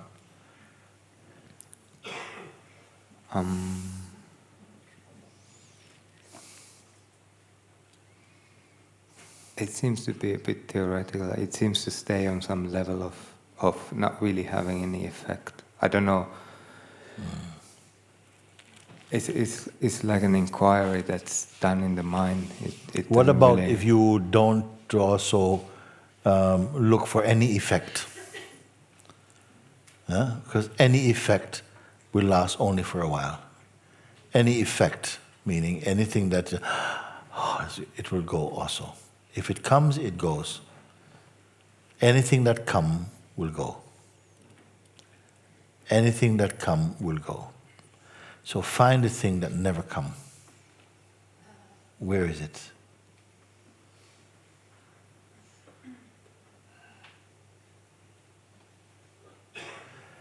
Obviously, if something come, it is seen to come. If something come, something was there already to see the thing come. Be in that earlier place.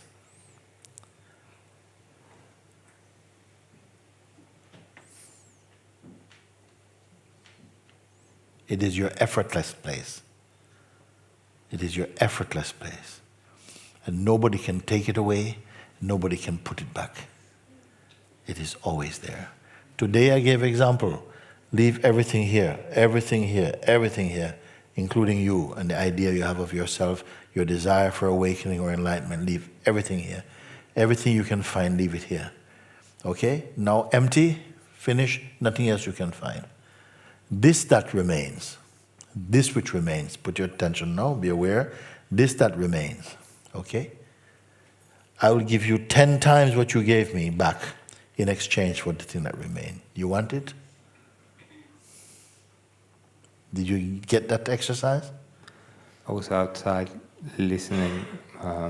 Doesn't matter where you're listening. If you're listening, you must know. I think why I came up, even because today something's been so strong that I'm not really hearing. No, you know what? The mind can only numb what is numbable. You know the word numb? Means that you can't feel it. You touch, you can't feel anything. Nothing can feel. The mind can make a lot of things numb in you. Also, maybe I'm speaking. When I met Papa G, and Papa G would start to read my letter, the mind in me became, I couldn't hear what he was speaking.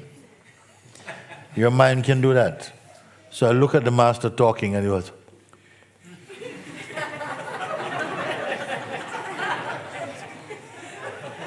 I couldn't hear anything. Physically, I could not hear anything because all I could hear was, mind can do that. Your mind can do this. So mind can make a lot of things numb.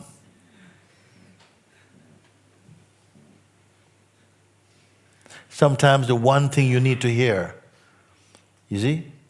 And the password to freedom is, you will do this also. Okay? What is the one thing it cannot numb?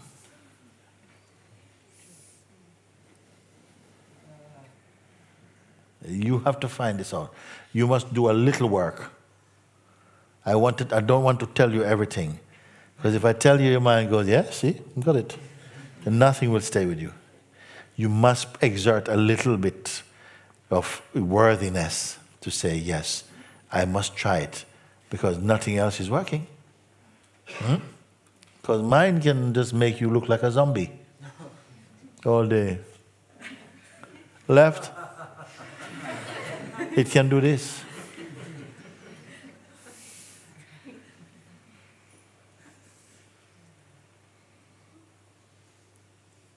And actually, you're not that at all. But something is playing like this. Why is it playing like this? Because you have something so beautiful inside. And he's saying that, I'm going to block that from the world from seeing that. Yeah. I'm going to block the world from seeing that. How do you feel?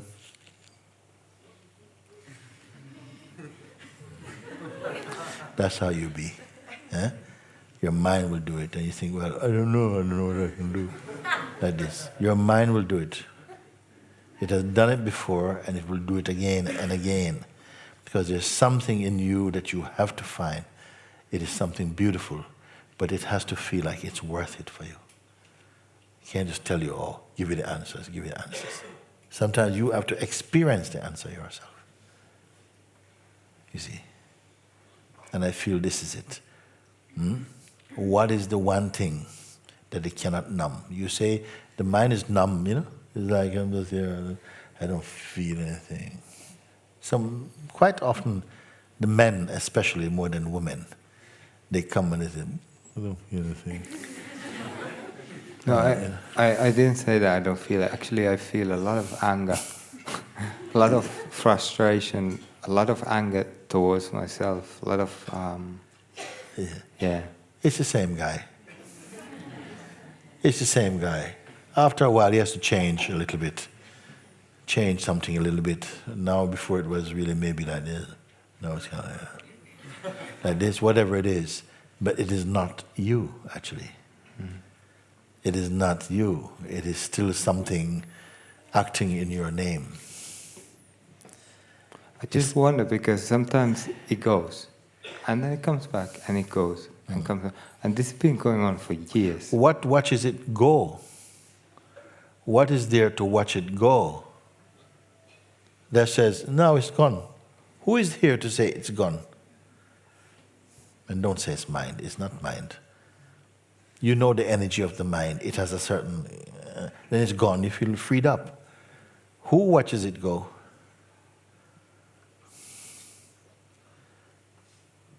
To be honest, even the one who says it's gone, okay? No, he's gone. Thank you. Even this one is not the final one.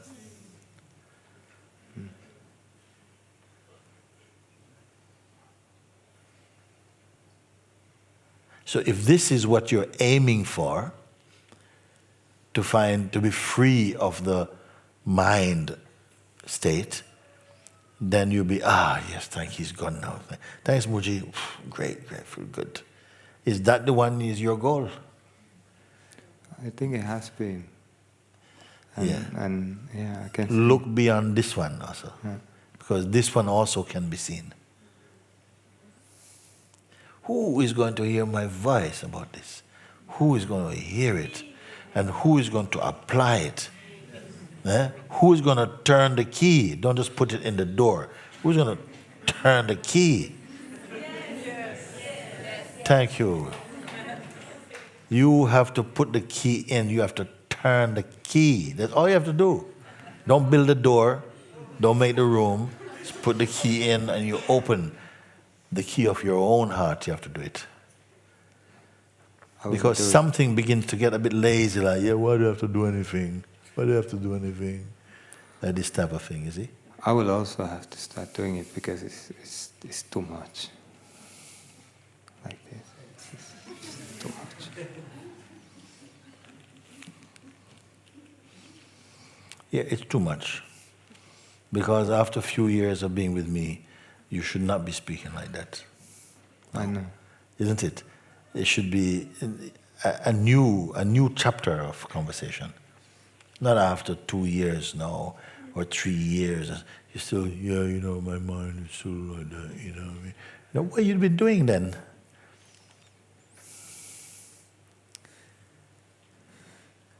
It has to chop him, it has to come out. It's not in service to you, not in service to anyone. There's a great beauty there. Why is your mind trying so hard to sabotage your freedom? Because something is beautiful to be found. Anyone who has become free is because you have something beautiful. You're not even that you're going to give this to the world, or your world, look, I found something beautiful. You're not giving. You're just moving in your own speed, your own way. Your presence is almost enough by itself. Because you're, as I said, blessed is the one whose presence is the evidence of the truth. When truth is theoretical, we can argue. Well, I believe that, I don't believe that. Well, I don't. But when you feel someone who is that, then we don't need opinions. You just bathe in the light. And that's why this thing is happening. It's not a big deal, but it has slowly been cultivated and cultured to become a big deal. It's nothing. is nothing. None of it. It's all nothing at all. You see? We're giving our lives away for nothing. You're giving your joy and your light away for nothing. You see? Sometimes even for pride. What is there to be proud about? So it's time, and when you speak like this, okay, I'm up there with you, but I don't want to see you like this again. From here you must be one step beyond Vishnu. Can't be the same spot again. What is the right question to ask here, if any?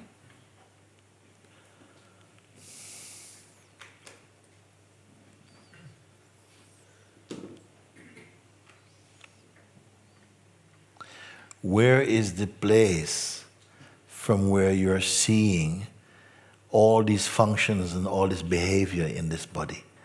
What is aware of them, but is not emotionally aware of them? It's aware of that. It does not take anything your mind says as a great threat, because your mind cannot threaten it. So therefore, it does not see anything as a problem for itself, actually. It's only because whoever you call yourself, whatever you give yourself the title to be called, you're giving so much importance to that.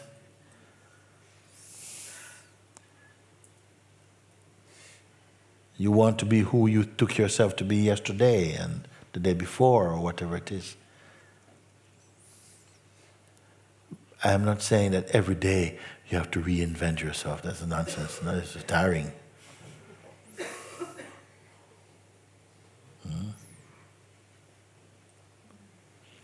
But there is something here which is not caught in the bubble of those identities. You know, I'm getting really tired of this, of just being this way and this arrogance. That is something. Now, next stage, then you keep bringing it up or sitting in the front or do something to not buy into it or something like this. This is good. You know, this is good. I think it's a lot to do with bringing it up, because I don't know, I have the tendency, I don't know where it comes from, but I just keep things inside, and I really don't expose enough and speak out enough, and then at certain stage it's like, I don't know, it's like I'm preserving some image about myself that almost like maybe keeps you me should, a when prisoner. they do laughing yoga, you should go. You know. I do go, and I really enjoy it. How do you laugh when you go there?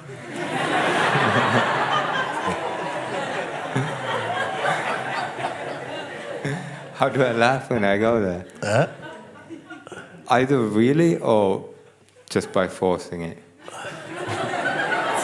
Oh, force it. Let's wait. Force one. You know what helps often is to look at someone like Senji or Vasudeva laughing. You can't say that. Zenji.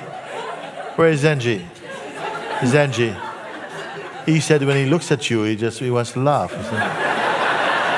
You mean when Zenji's leading the program or when he's not leading the program? When he's laughing. Oh, when he's laughing. Okay.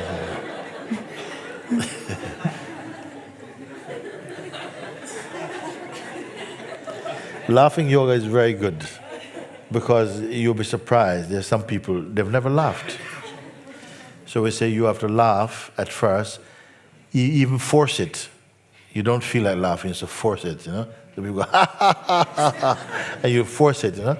But even that's, some people are, so they need exercise. You have to push, and then they crack open. And then a lot of these things sometimes, they just disappear. And they found their laughter or something, which sometimes is the same as finding your love. You know, you find your center, something, big laugh or something, you see.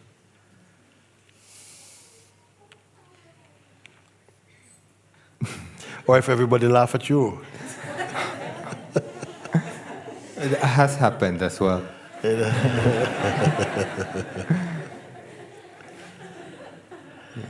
When I do announcements, everybody's laughing.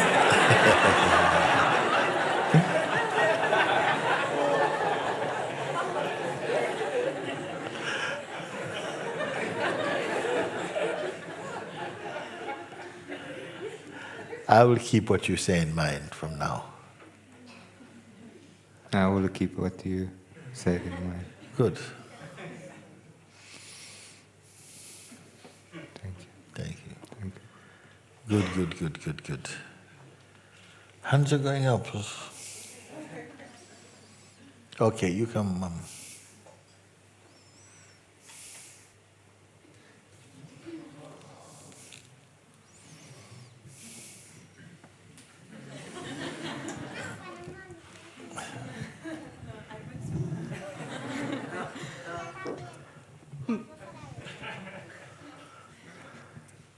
Okay, I am the one speaking, but she has a present for you, a draw that she made right now. Oh, okay. ¿Quieres pasar? Yes, yes, yes. You have to come and give to me. Yes, very good.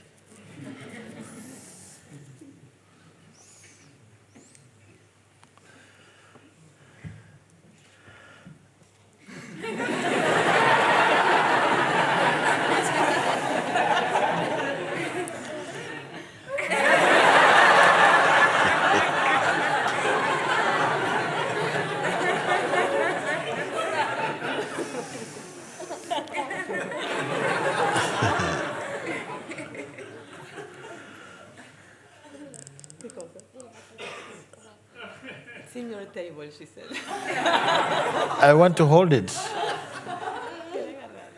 Thank you.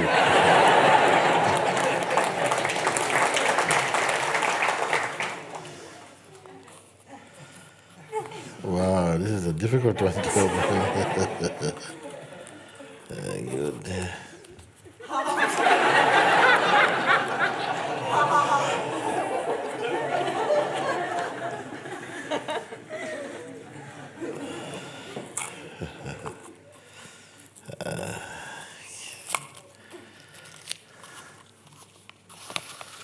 Oh, is it true? Where are you? Is it true? Stand up, let me see.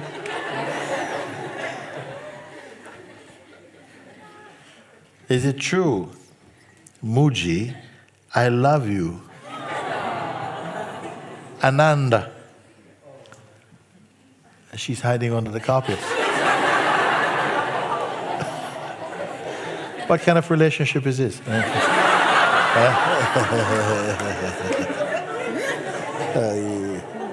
That's wonderful, wonderful. Yeah. Oh, thank you. Thank you, my love. Thank you, Mooji. Look at that.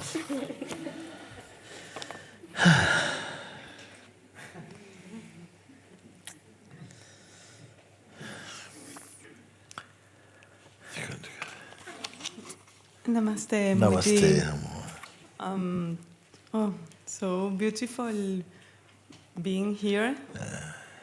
When I arrived, I just wanted you to see me, for me to see myself.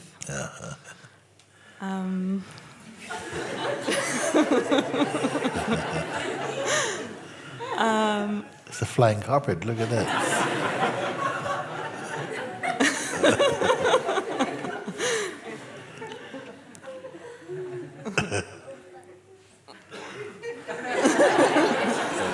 I think it's raining here.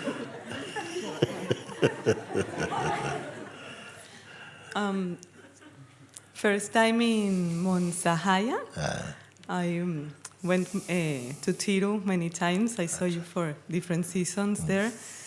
And there is a beauty of coming here to see everything that has been done. Gotcha.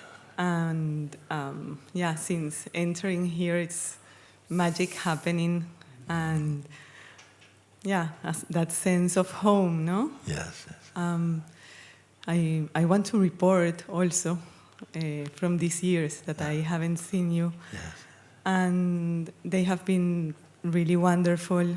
I live in a space of trust, very, very deep with my daughter. Yeah. And yeah, everything, fear comes and go, conditioning comes and go, but it's okay. Like, it's perfect and like this. And the universe has been really generous in everything. Yes, yes. With this fair that works with me in life, and it's your freshness and. Yeah, thank you so much. I just want to thank you. I am full of gratefulness Thank you. to you, to everybody that it's with you, and Yes. yeah, Thank you. thank you. Very good. Thank you.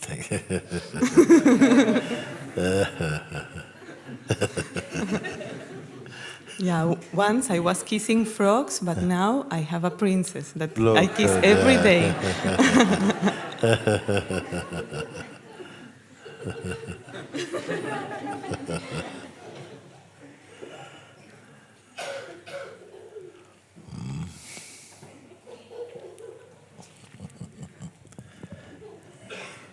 Hello. Hello.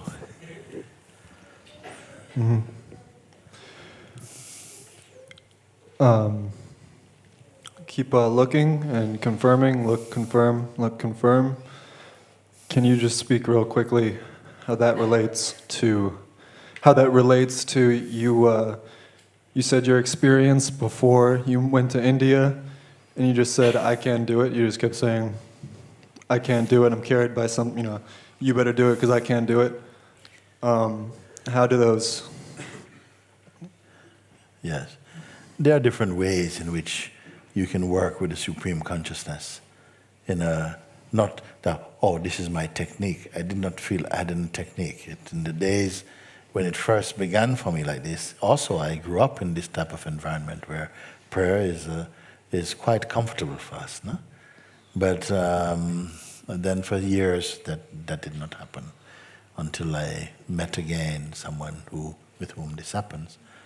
So it was very simple for me. It is, perhaps you can say, it is more near to the kind of temperament, to my natural temperament, to be trusting in that.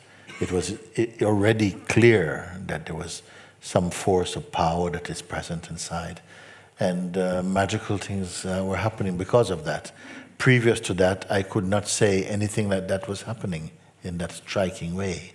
So that's one way of expression, yeah. For me, other than like years and years ago on like a psychedelic drug experience, there's no higher thing, more beautiful thing that's been felt apart from when I follow you and you say, okay, no, sit, look, confirm. No, really, look and confirm at least once. Just do it, and then a beautiful feeling comes, yes, or whatever. Yes, that introspection, because for years, I did not. I was not even Papaji was not so much, teaching inquiry or something. We just do like we do. We talk, converse, and somehow it comes up in that it puts you right back into your right place. So at a certain point, when people started to come to visit me, I was not speaking. I was not much into speaking. I spent a lot of time on my own, and they would just come and sit. Just sitting, they want to sit. And I did not invite anybody come and sit with me. It just started to happen like that. And then once, some people started coming and they started to ask about, different levels of consciousness. Okay, we have to start saying something. And then somehow I went and also prayed about this. Now you are sending all these people. If you are sending them, these people ask questions, then you must also answer them. And from this point, whenever people spoke, I could see completely what needed to be. I could see the answer and I could see their place. So it became like this, much more clear, and then the guidance became more simple and more direct. But you can see this. Where are you? And in a sense, what happened is that the example is that, like, if you're sitting on the top of a mountain peak. Suppose you're sitting on a mountain like this. You're on the top of the mountain, sitting there. So all around you can see. You just have to go like this. You can see. and all these beings are trying to come up the mountain. And you can say, hey, yo, no, don't go this way. Just go back there, come around like this, and you can say this, no? Another one, no, go straight. No, I'll do my own thing, man, you know? You know? And I say, okay. And then after a year, or something. But it became very clear like that. So to point you can see. It's same for anyone who is somehow clear, looking as and from the place of the self.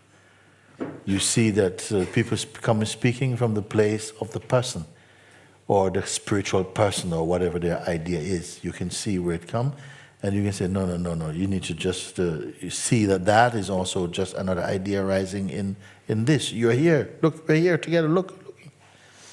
And it just becomes very clear like that.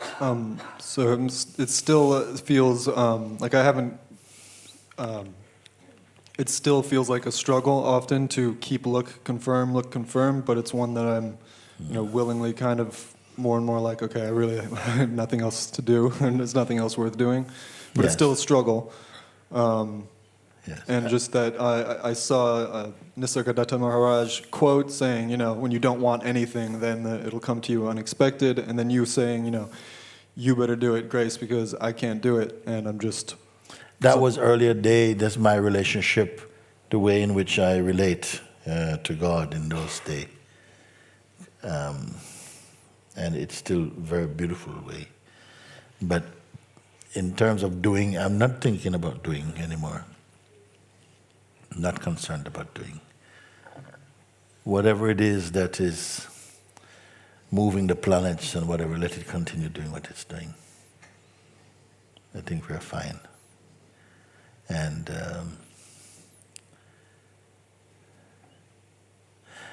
just as long as the person's sense is there, the person will continuously be looking for new ways of thinking about themselves. Whereas when you realize the self, these stages of restlessness is not there. So keep look, confirm until the struggle disappears. You confirm until somehow it drops away by itself, that there's nothing to confirm anymore. It just becomes natural. It is natural anyway, but because the person's sense is still lived and believed to be real, then that real person sense, playing as a seeker, must follow some instruction until it drops away. And just seeing that there is not really any seeker. The seeker was just part of the game of the life. But I don't want to speak so much like that, because then some people come and say, yeah, there's no need to be a seeker. I said, no, that's not true. You need to keep looking. Because you have not dropped your identity yet. So the best use for the identity is to search for the truth. When you find the truth, the seeker will fall away.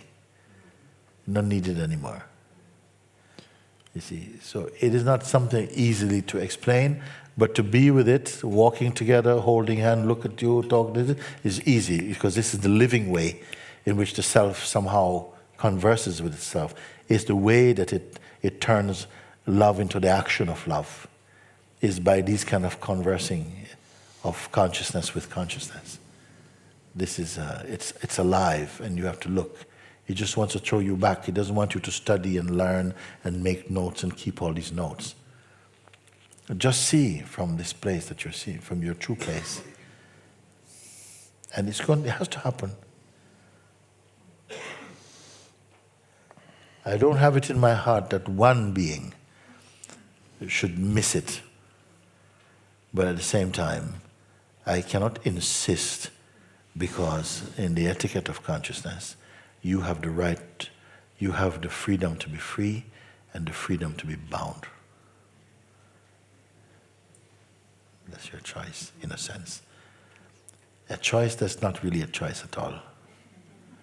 But it plays like that.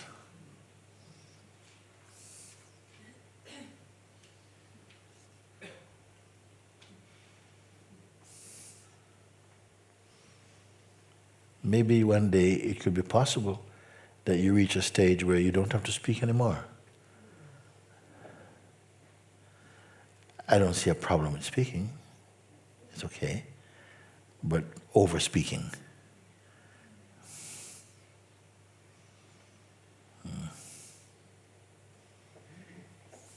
Thank you. Thank you, thank you, thank you. Guys, if you show me someone who really needs to be here, in there, okay, who is it?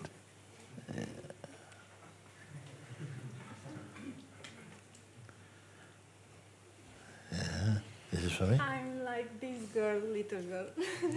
This is my heart, Guruji. Is your heart? Yes, I give it to you. Okay. Inside you find 3 roses.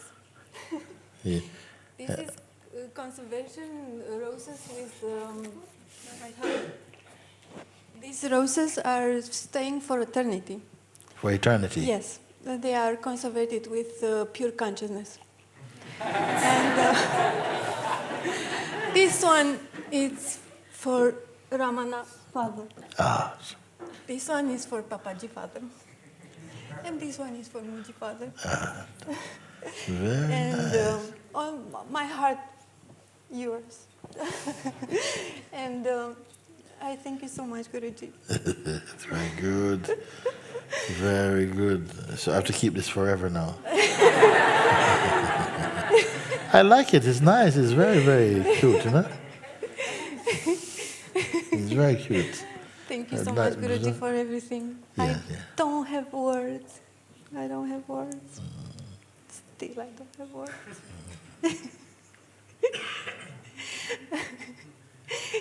Such a master in this existence. It's such a blessing for us. We cannot imagine this. Yes, yes. I don't see anything in the life that can compare with your pure self. Nothing. Everything is a form, including this body. There's nothing in the life, no experience. It's fine, it's beautiful, all divine. All of it is divine. But nothing can compare with your pure self, which is the source of all of this. Nothing.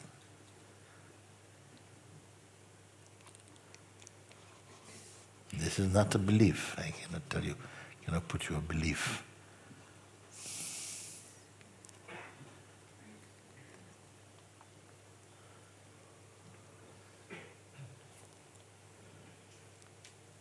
This is the urge to wake up, the whole opportunity of awakening. It's nothing new. It's already there. What you're searching for is already there. Perfect. Nobody needs to do one little tiny bit to help the self. Not one little, not even kiss, nothing you have to do for it. It's already timelessly perfect. All this we're speaking in the bubble of our own dream. This world dream in the mind of God. We're all under God's duvet, dreaming this beautiful life.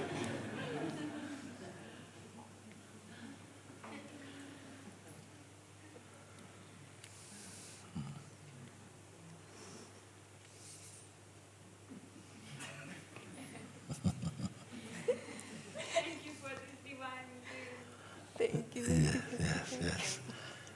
Yes. Do something, some movement in the great cosmos want this play to happen.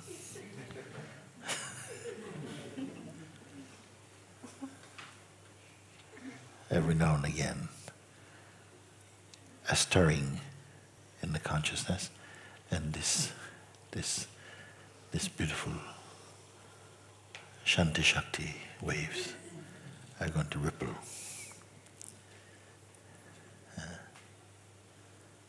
You know, I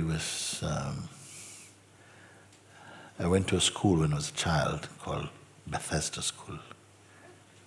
When I came here, one of the things we made the lake, we first call it Bethesda. The pool of Bethesda is one of my favorite stories that I read in the Bible. It is said that there was a certain place, there was a watering hole, maybe as big as this room, and it was called the Pool of Bethesda. It was just a spring, a place as big as this.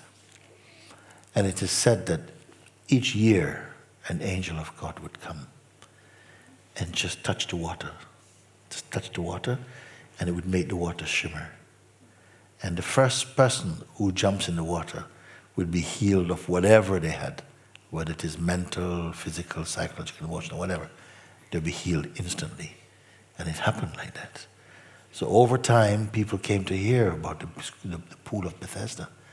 And you can imagine many people came and they started to seek people around by the pool, and people came to pray and do their mantras, and they're waiting to see. And everybody's looking at the pool like this, looking, you know. Sometimes a bird came and touched the water and would they jump in, but it wasn't an angel of God. Sometimes the wind, it was not the angel. But every now and again, the angel, and the water would blow, and somebody jump in, and they would go, hallelujah, praise God, like this. No? So over time, people came and they started to sit. They didn't know what month or what week or what date it would come. It was very unpredictable, very random. People came and stayed there. But after a time, some people started to sell popcorn and stuff like this. And then, little sort of like photographs of, the Pool of Bethesda, a souvenir to take away, and things like this. Then came the T-shirts and stuff like this. And then people start to have, sort of like real estate. Have a nice apartment by the Pool of Bethesda. And then after a bit, cinemas came, start to go there, and ice cream parlor, and bicycle shops and things start to come, and people selling bikinis and stuff like that. The Pool of Bethesda, and it became a bustling little town. But this part is not in the Bible, this is my version.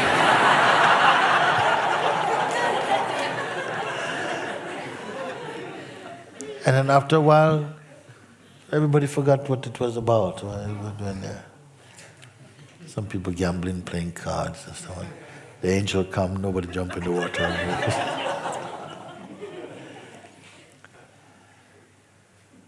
Sahaja must be the Pool of Bethesda. The beings come because they want this to be free. Simple, no great hurrah about it. Just you want, whoever you are, wherever you come from. Rarely we ask, who is your mother, who is your father, you have brothers and sisters, where did you study? Nobody asks. Just you're here.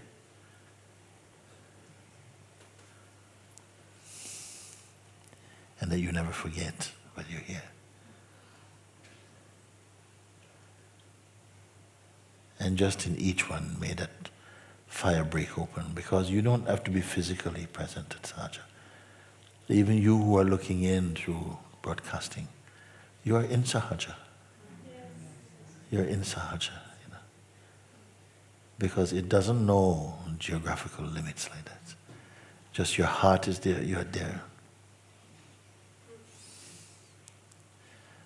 In whoever's heart, that feeling come. Yeah, this is what, and the pointing is showing. Then just follow. Yeah, but that is seen, that is. Oh, that is seen. That's seen. Oh, this is seen. Oh. No more you can speak.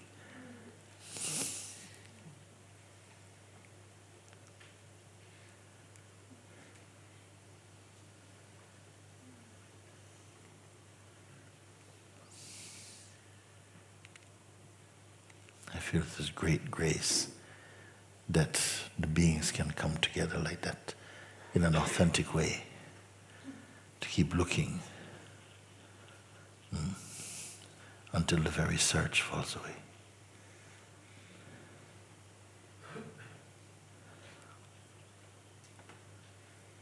but not prematurely.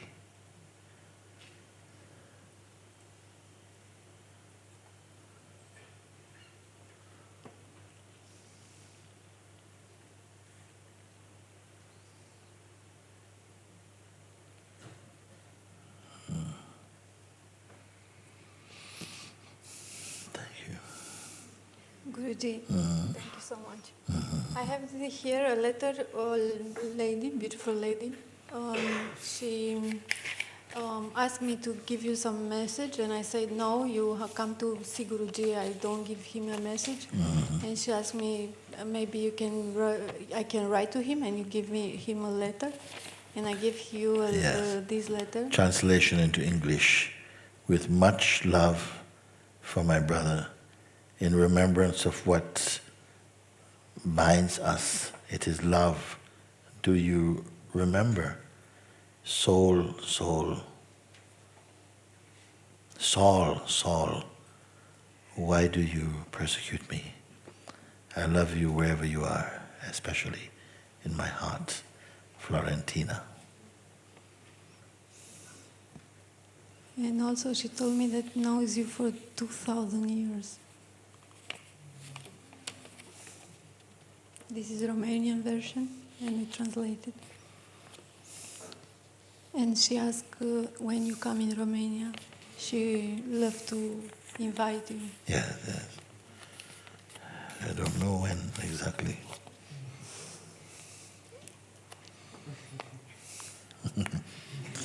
I don't know when. I'm trying to get to bed at the moment. I can't even organize that one.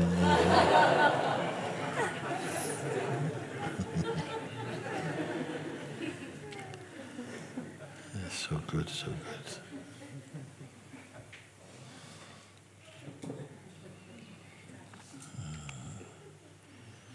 Thank you.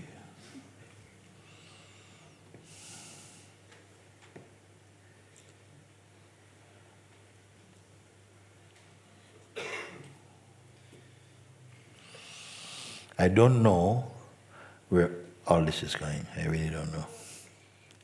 No? I don't know where all of this is going. I don't know how all these beings come. I have an idea, but I don't know where it is going.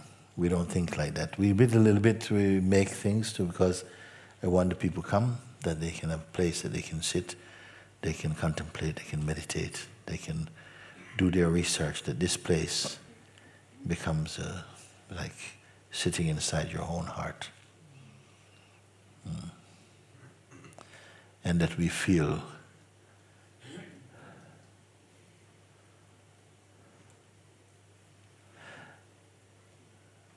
like I do.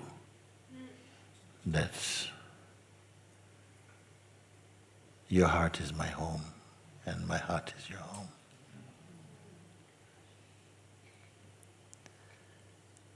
And that somehow, whatever it is that you came here for on this planet, that it comes to total fulfillment for you. I hope this is to wake up and to break open this marvelous light inside you. And that this earth could well do with being showered by that light more than by rain. And don't think you're too small for this.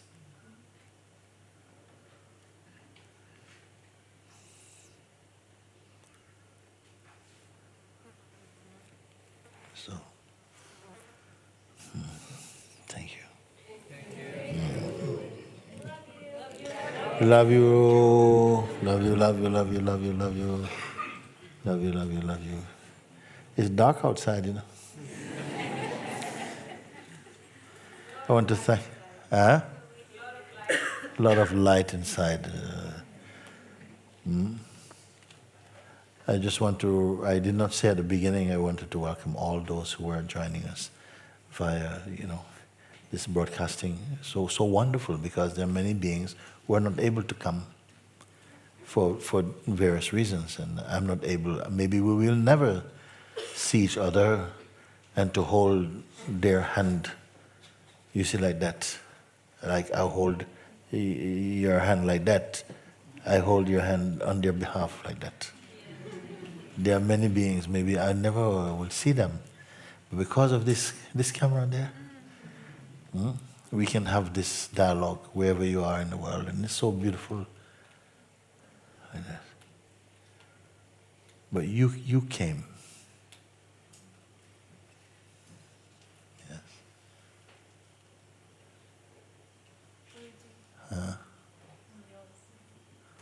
I'm yours too.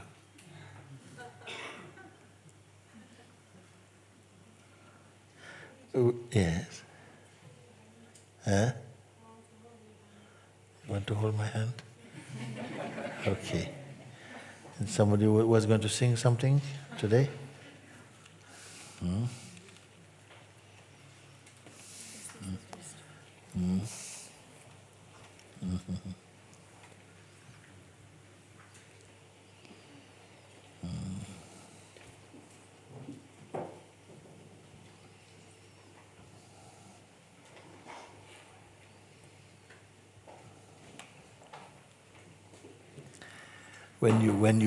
When you, as the ego sense inside, makes us feel quite three-dimensional and opaque, kind of heavy. And through your inquiry and through your sitting in satsang, your own satsang, everything it's lightening up, thinning away, becoming like space again. And in the absence of the ego, it is like all the functions are there, the hearing, the listening, the speaking, everything. But it is like the universe is doing it. The universe is feeling what you feel. It's tasting what you taste. It's speaking what you speak. Is loving all you love. The universe is doing, not the person. The person is just such a small idea.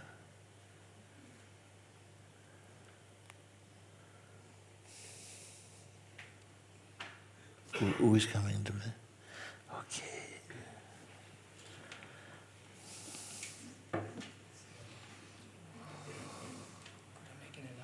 Yes.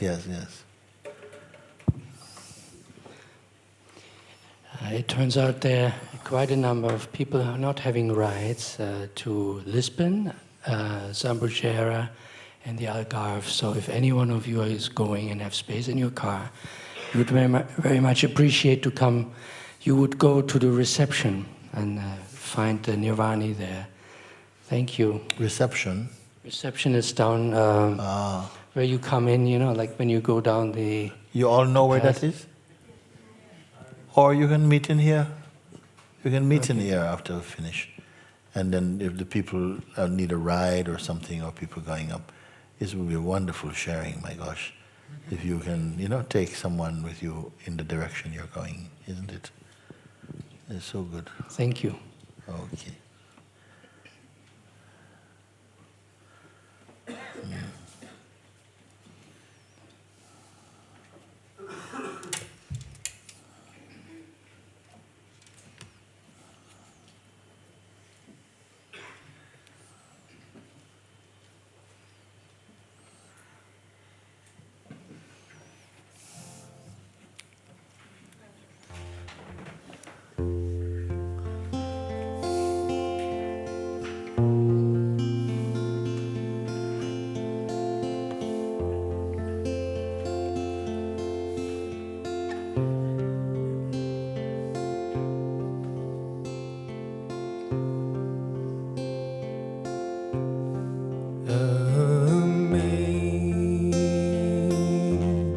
Amazing grace, how sweet a sound that saved a wretch like me.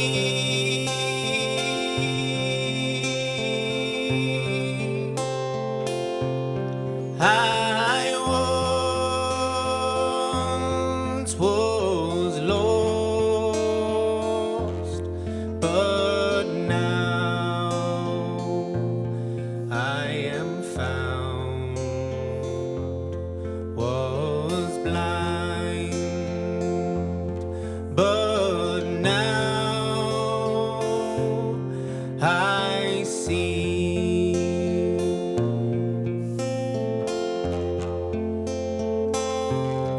'Twas grace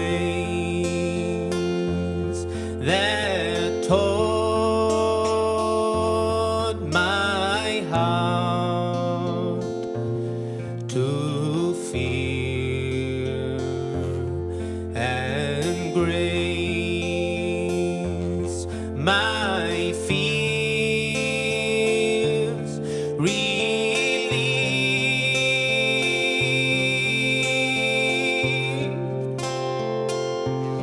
How precious was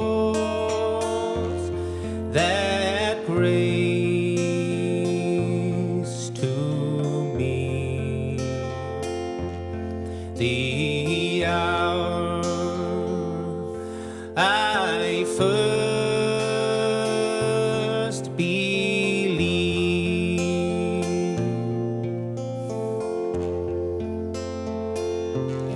Through many dangerous toils and snares, I have already come.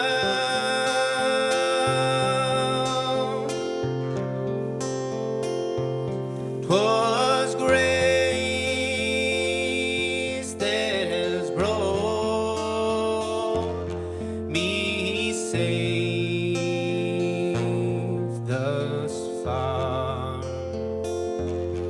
and grace will bring me home.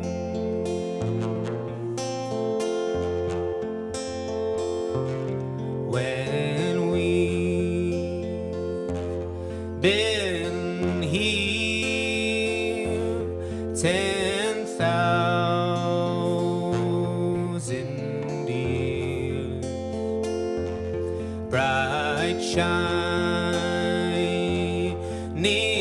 as the sun.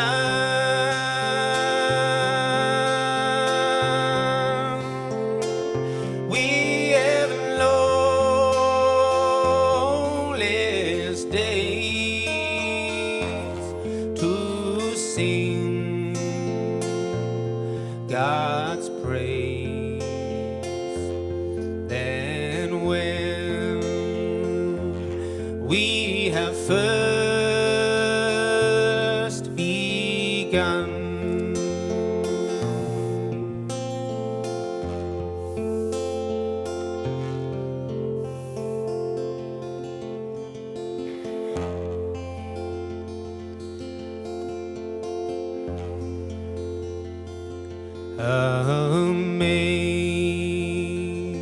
amazing grace, how sweet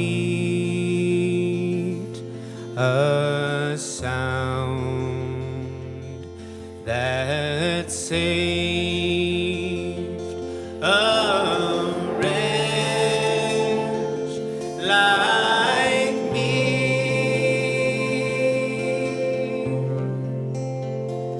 I once was lost, but now I'm found. Oh,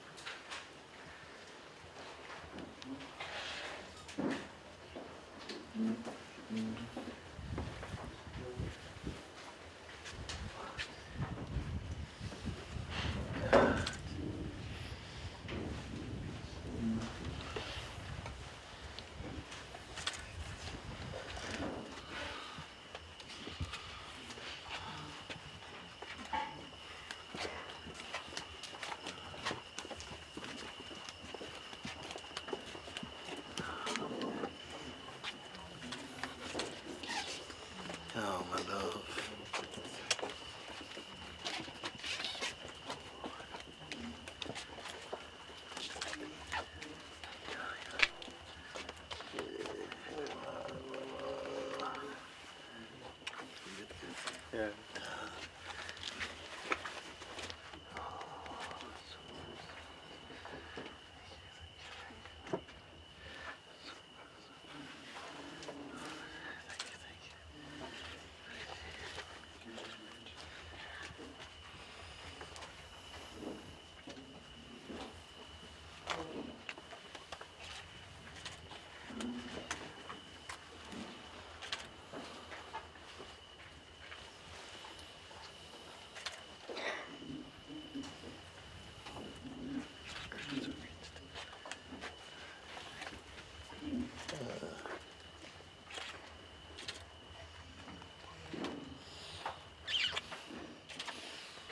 Vale.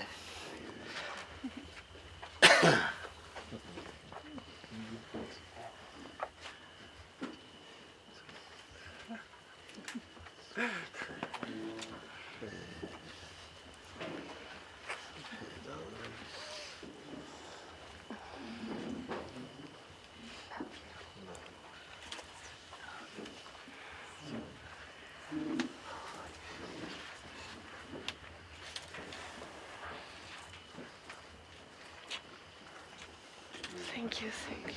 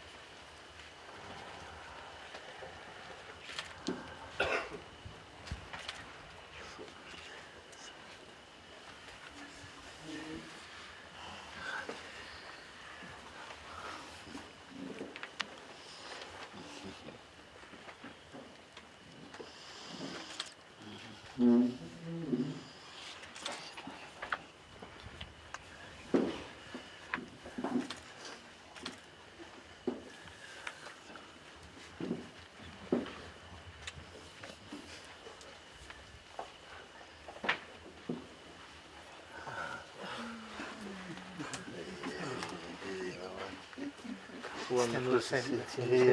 Yes. Oh, nice to see you. Wonderful.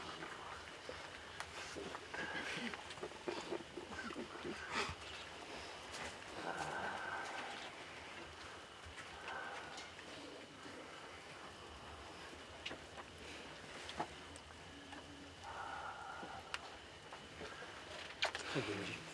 Thank you. Oh, yeah. You got a picture there?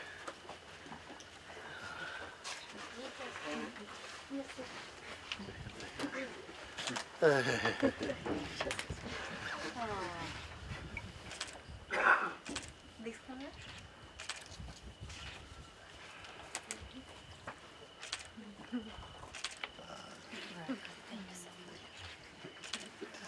Thank you. Are you leaving so early? I have to financially.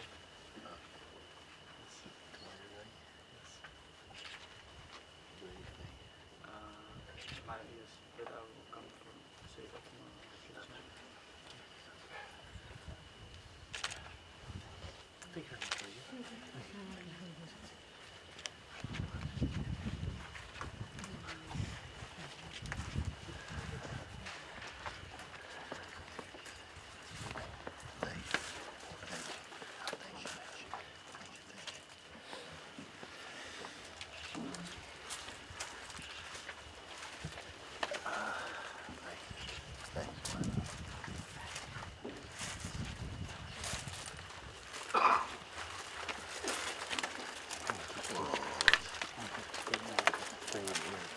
October, Wednesday.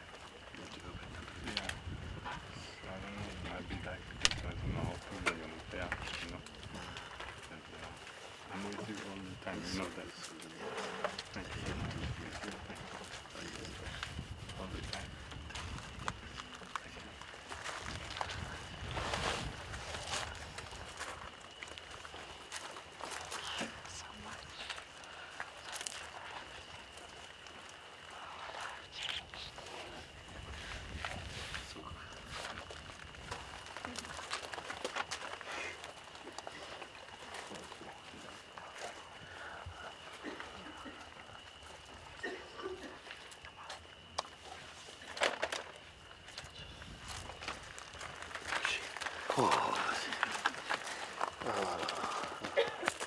Wonderful, wonderful. Oh, very good, very good.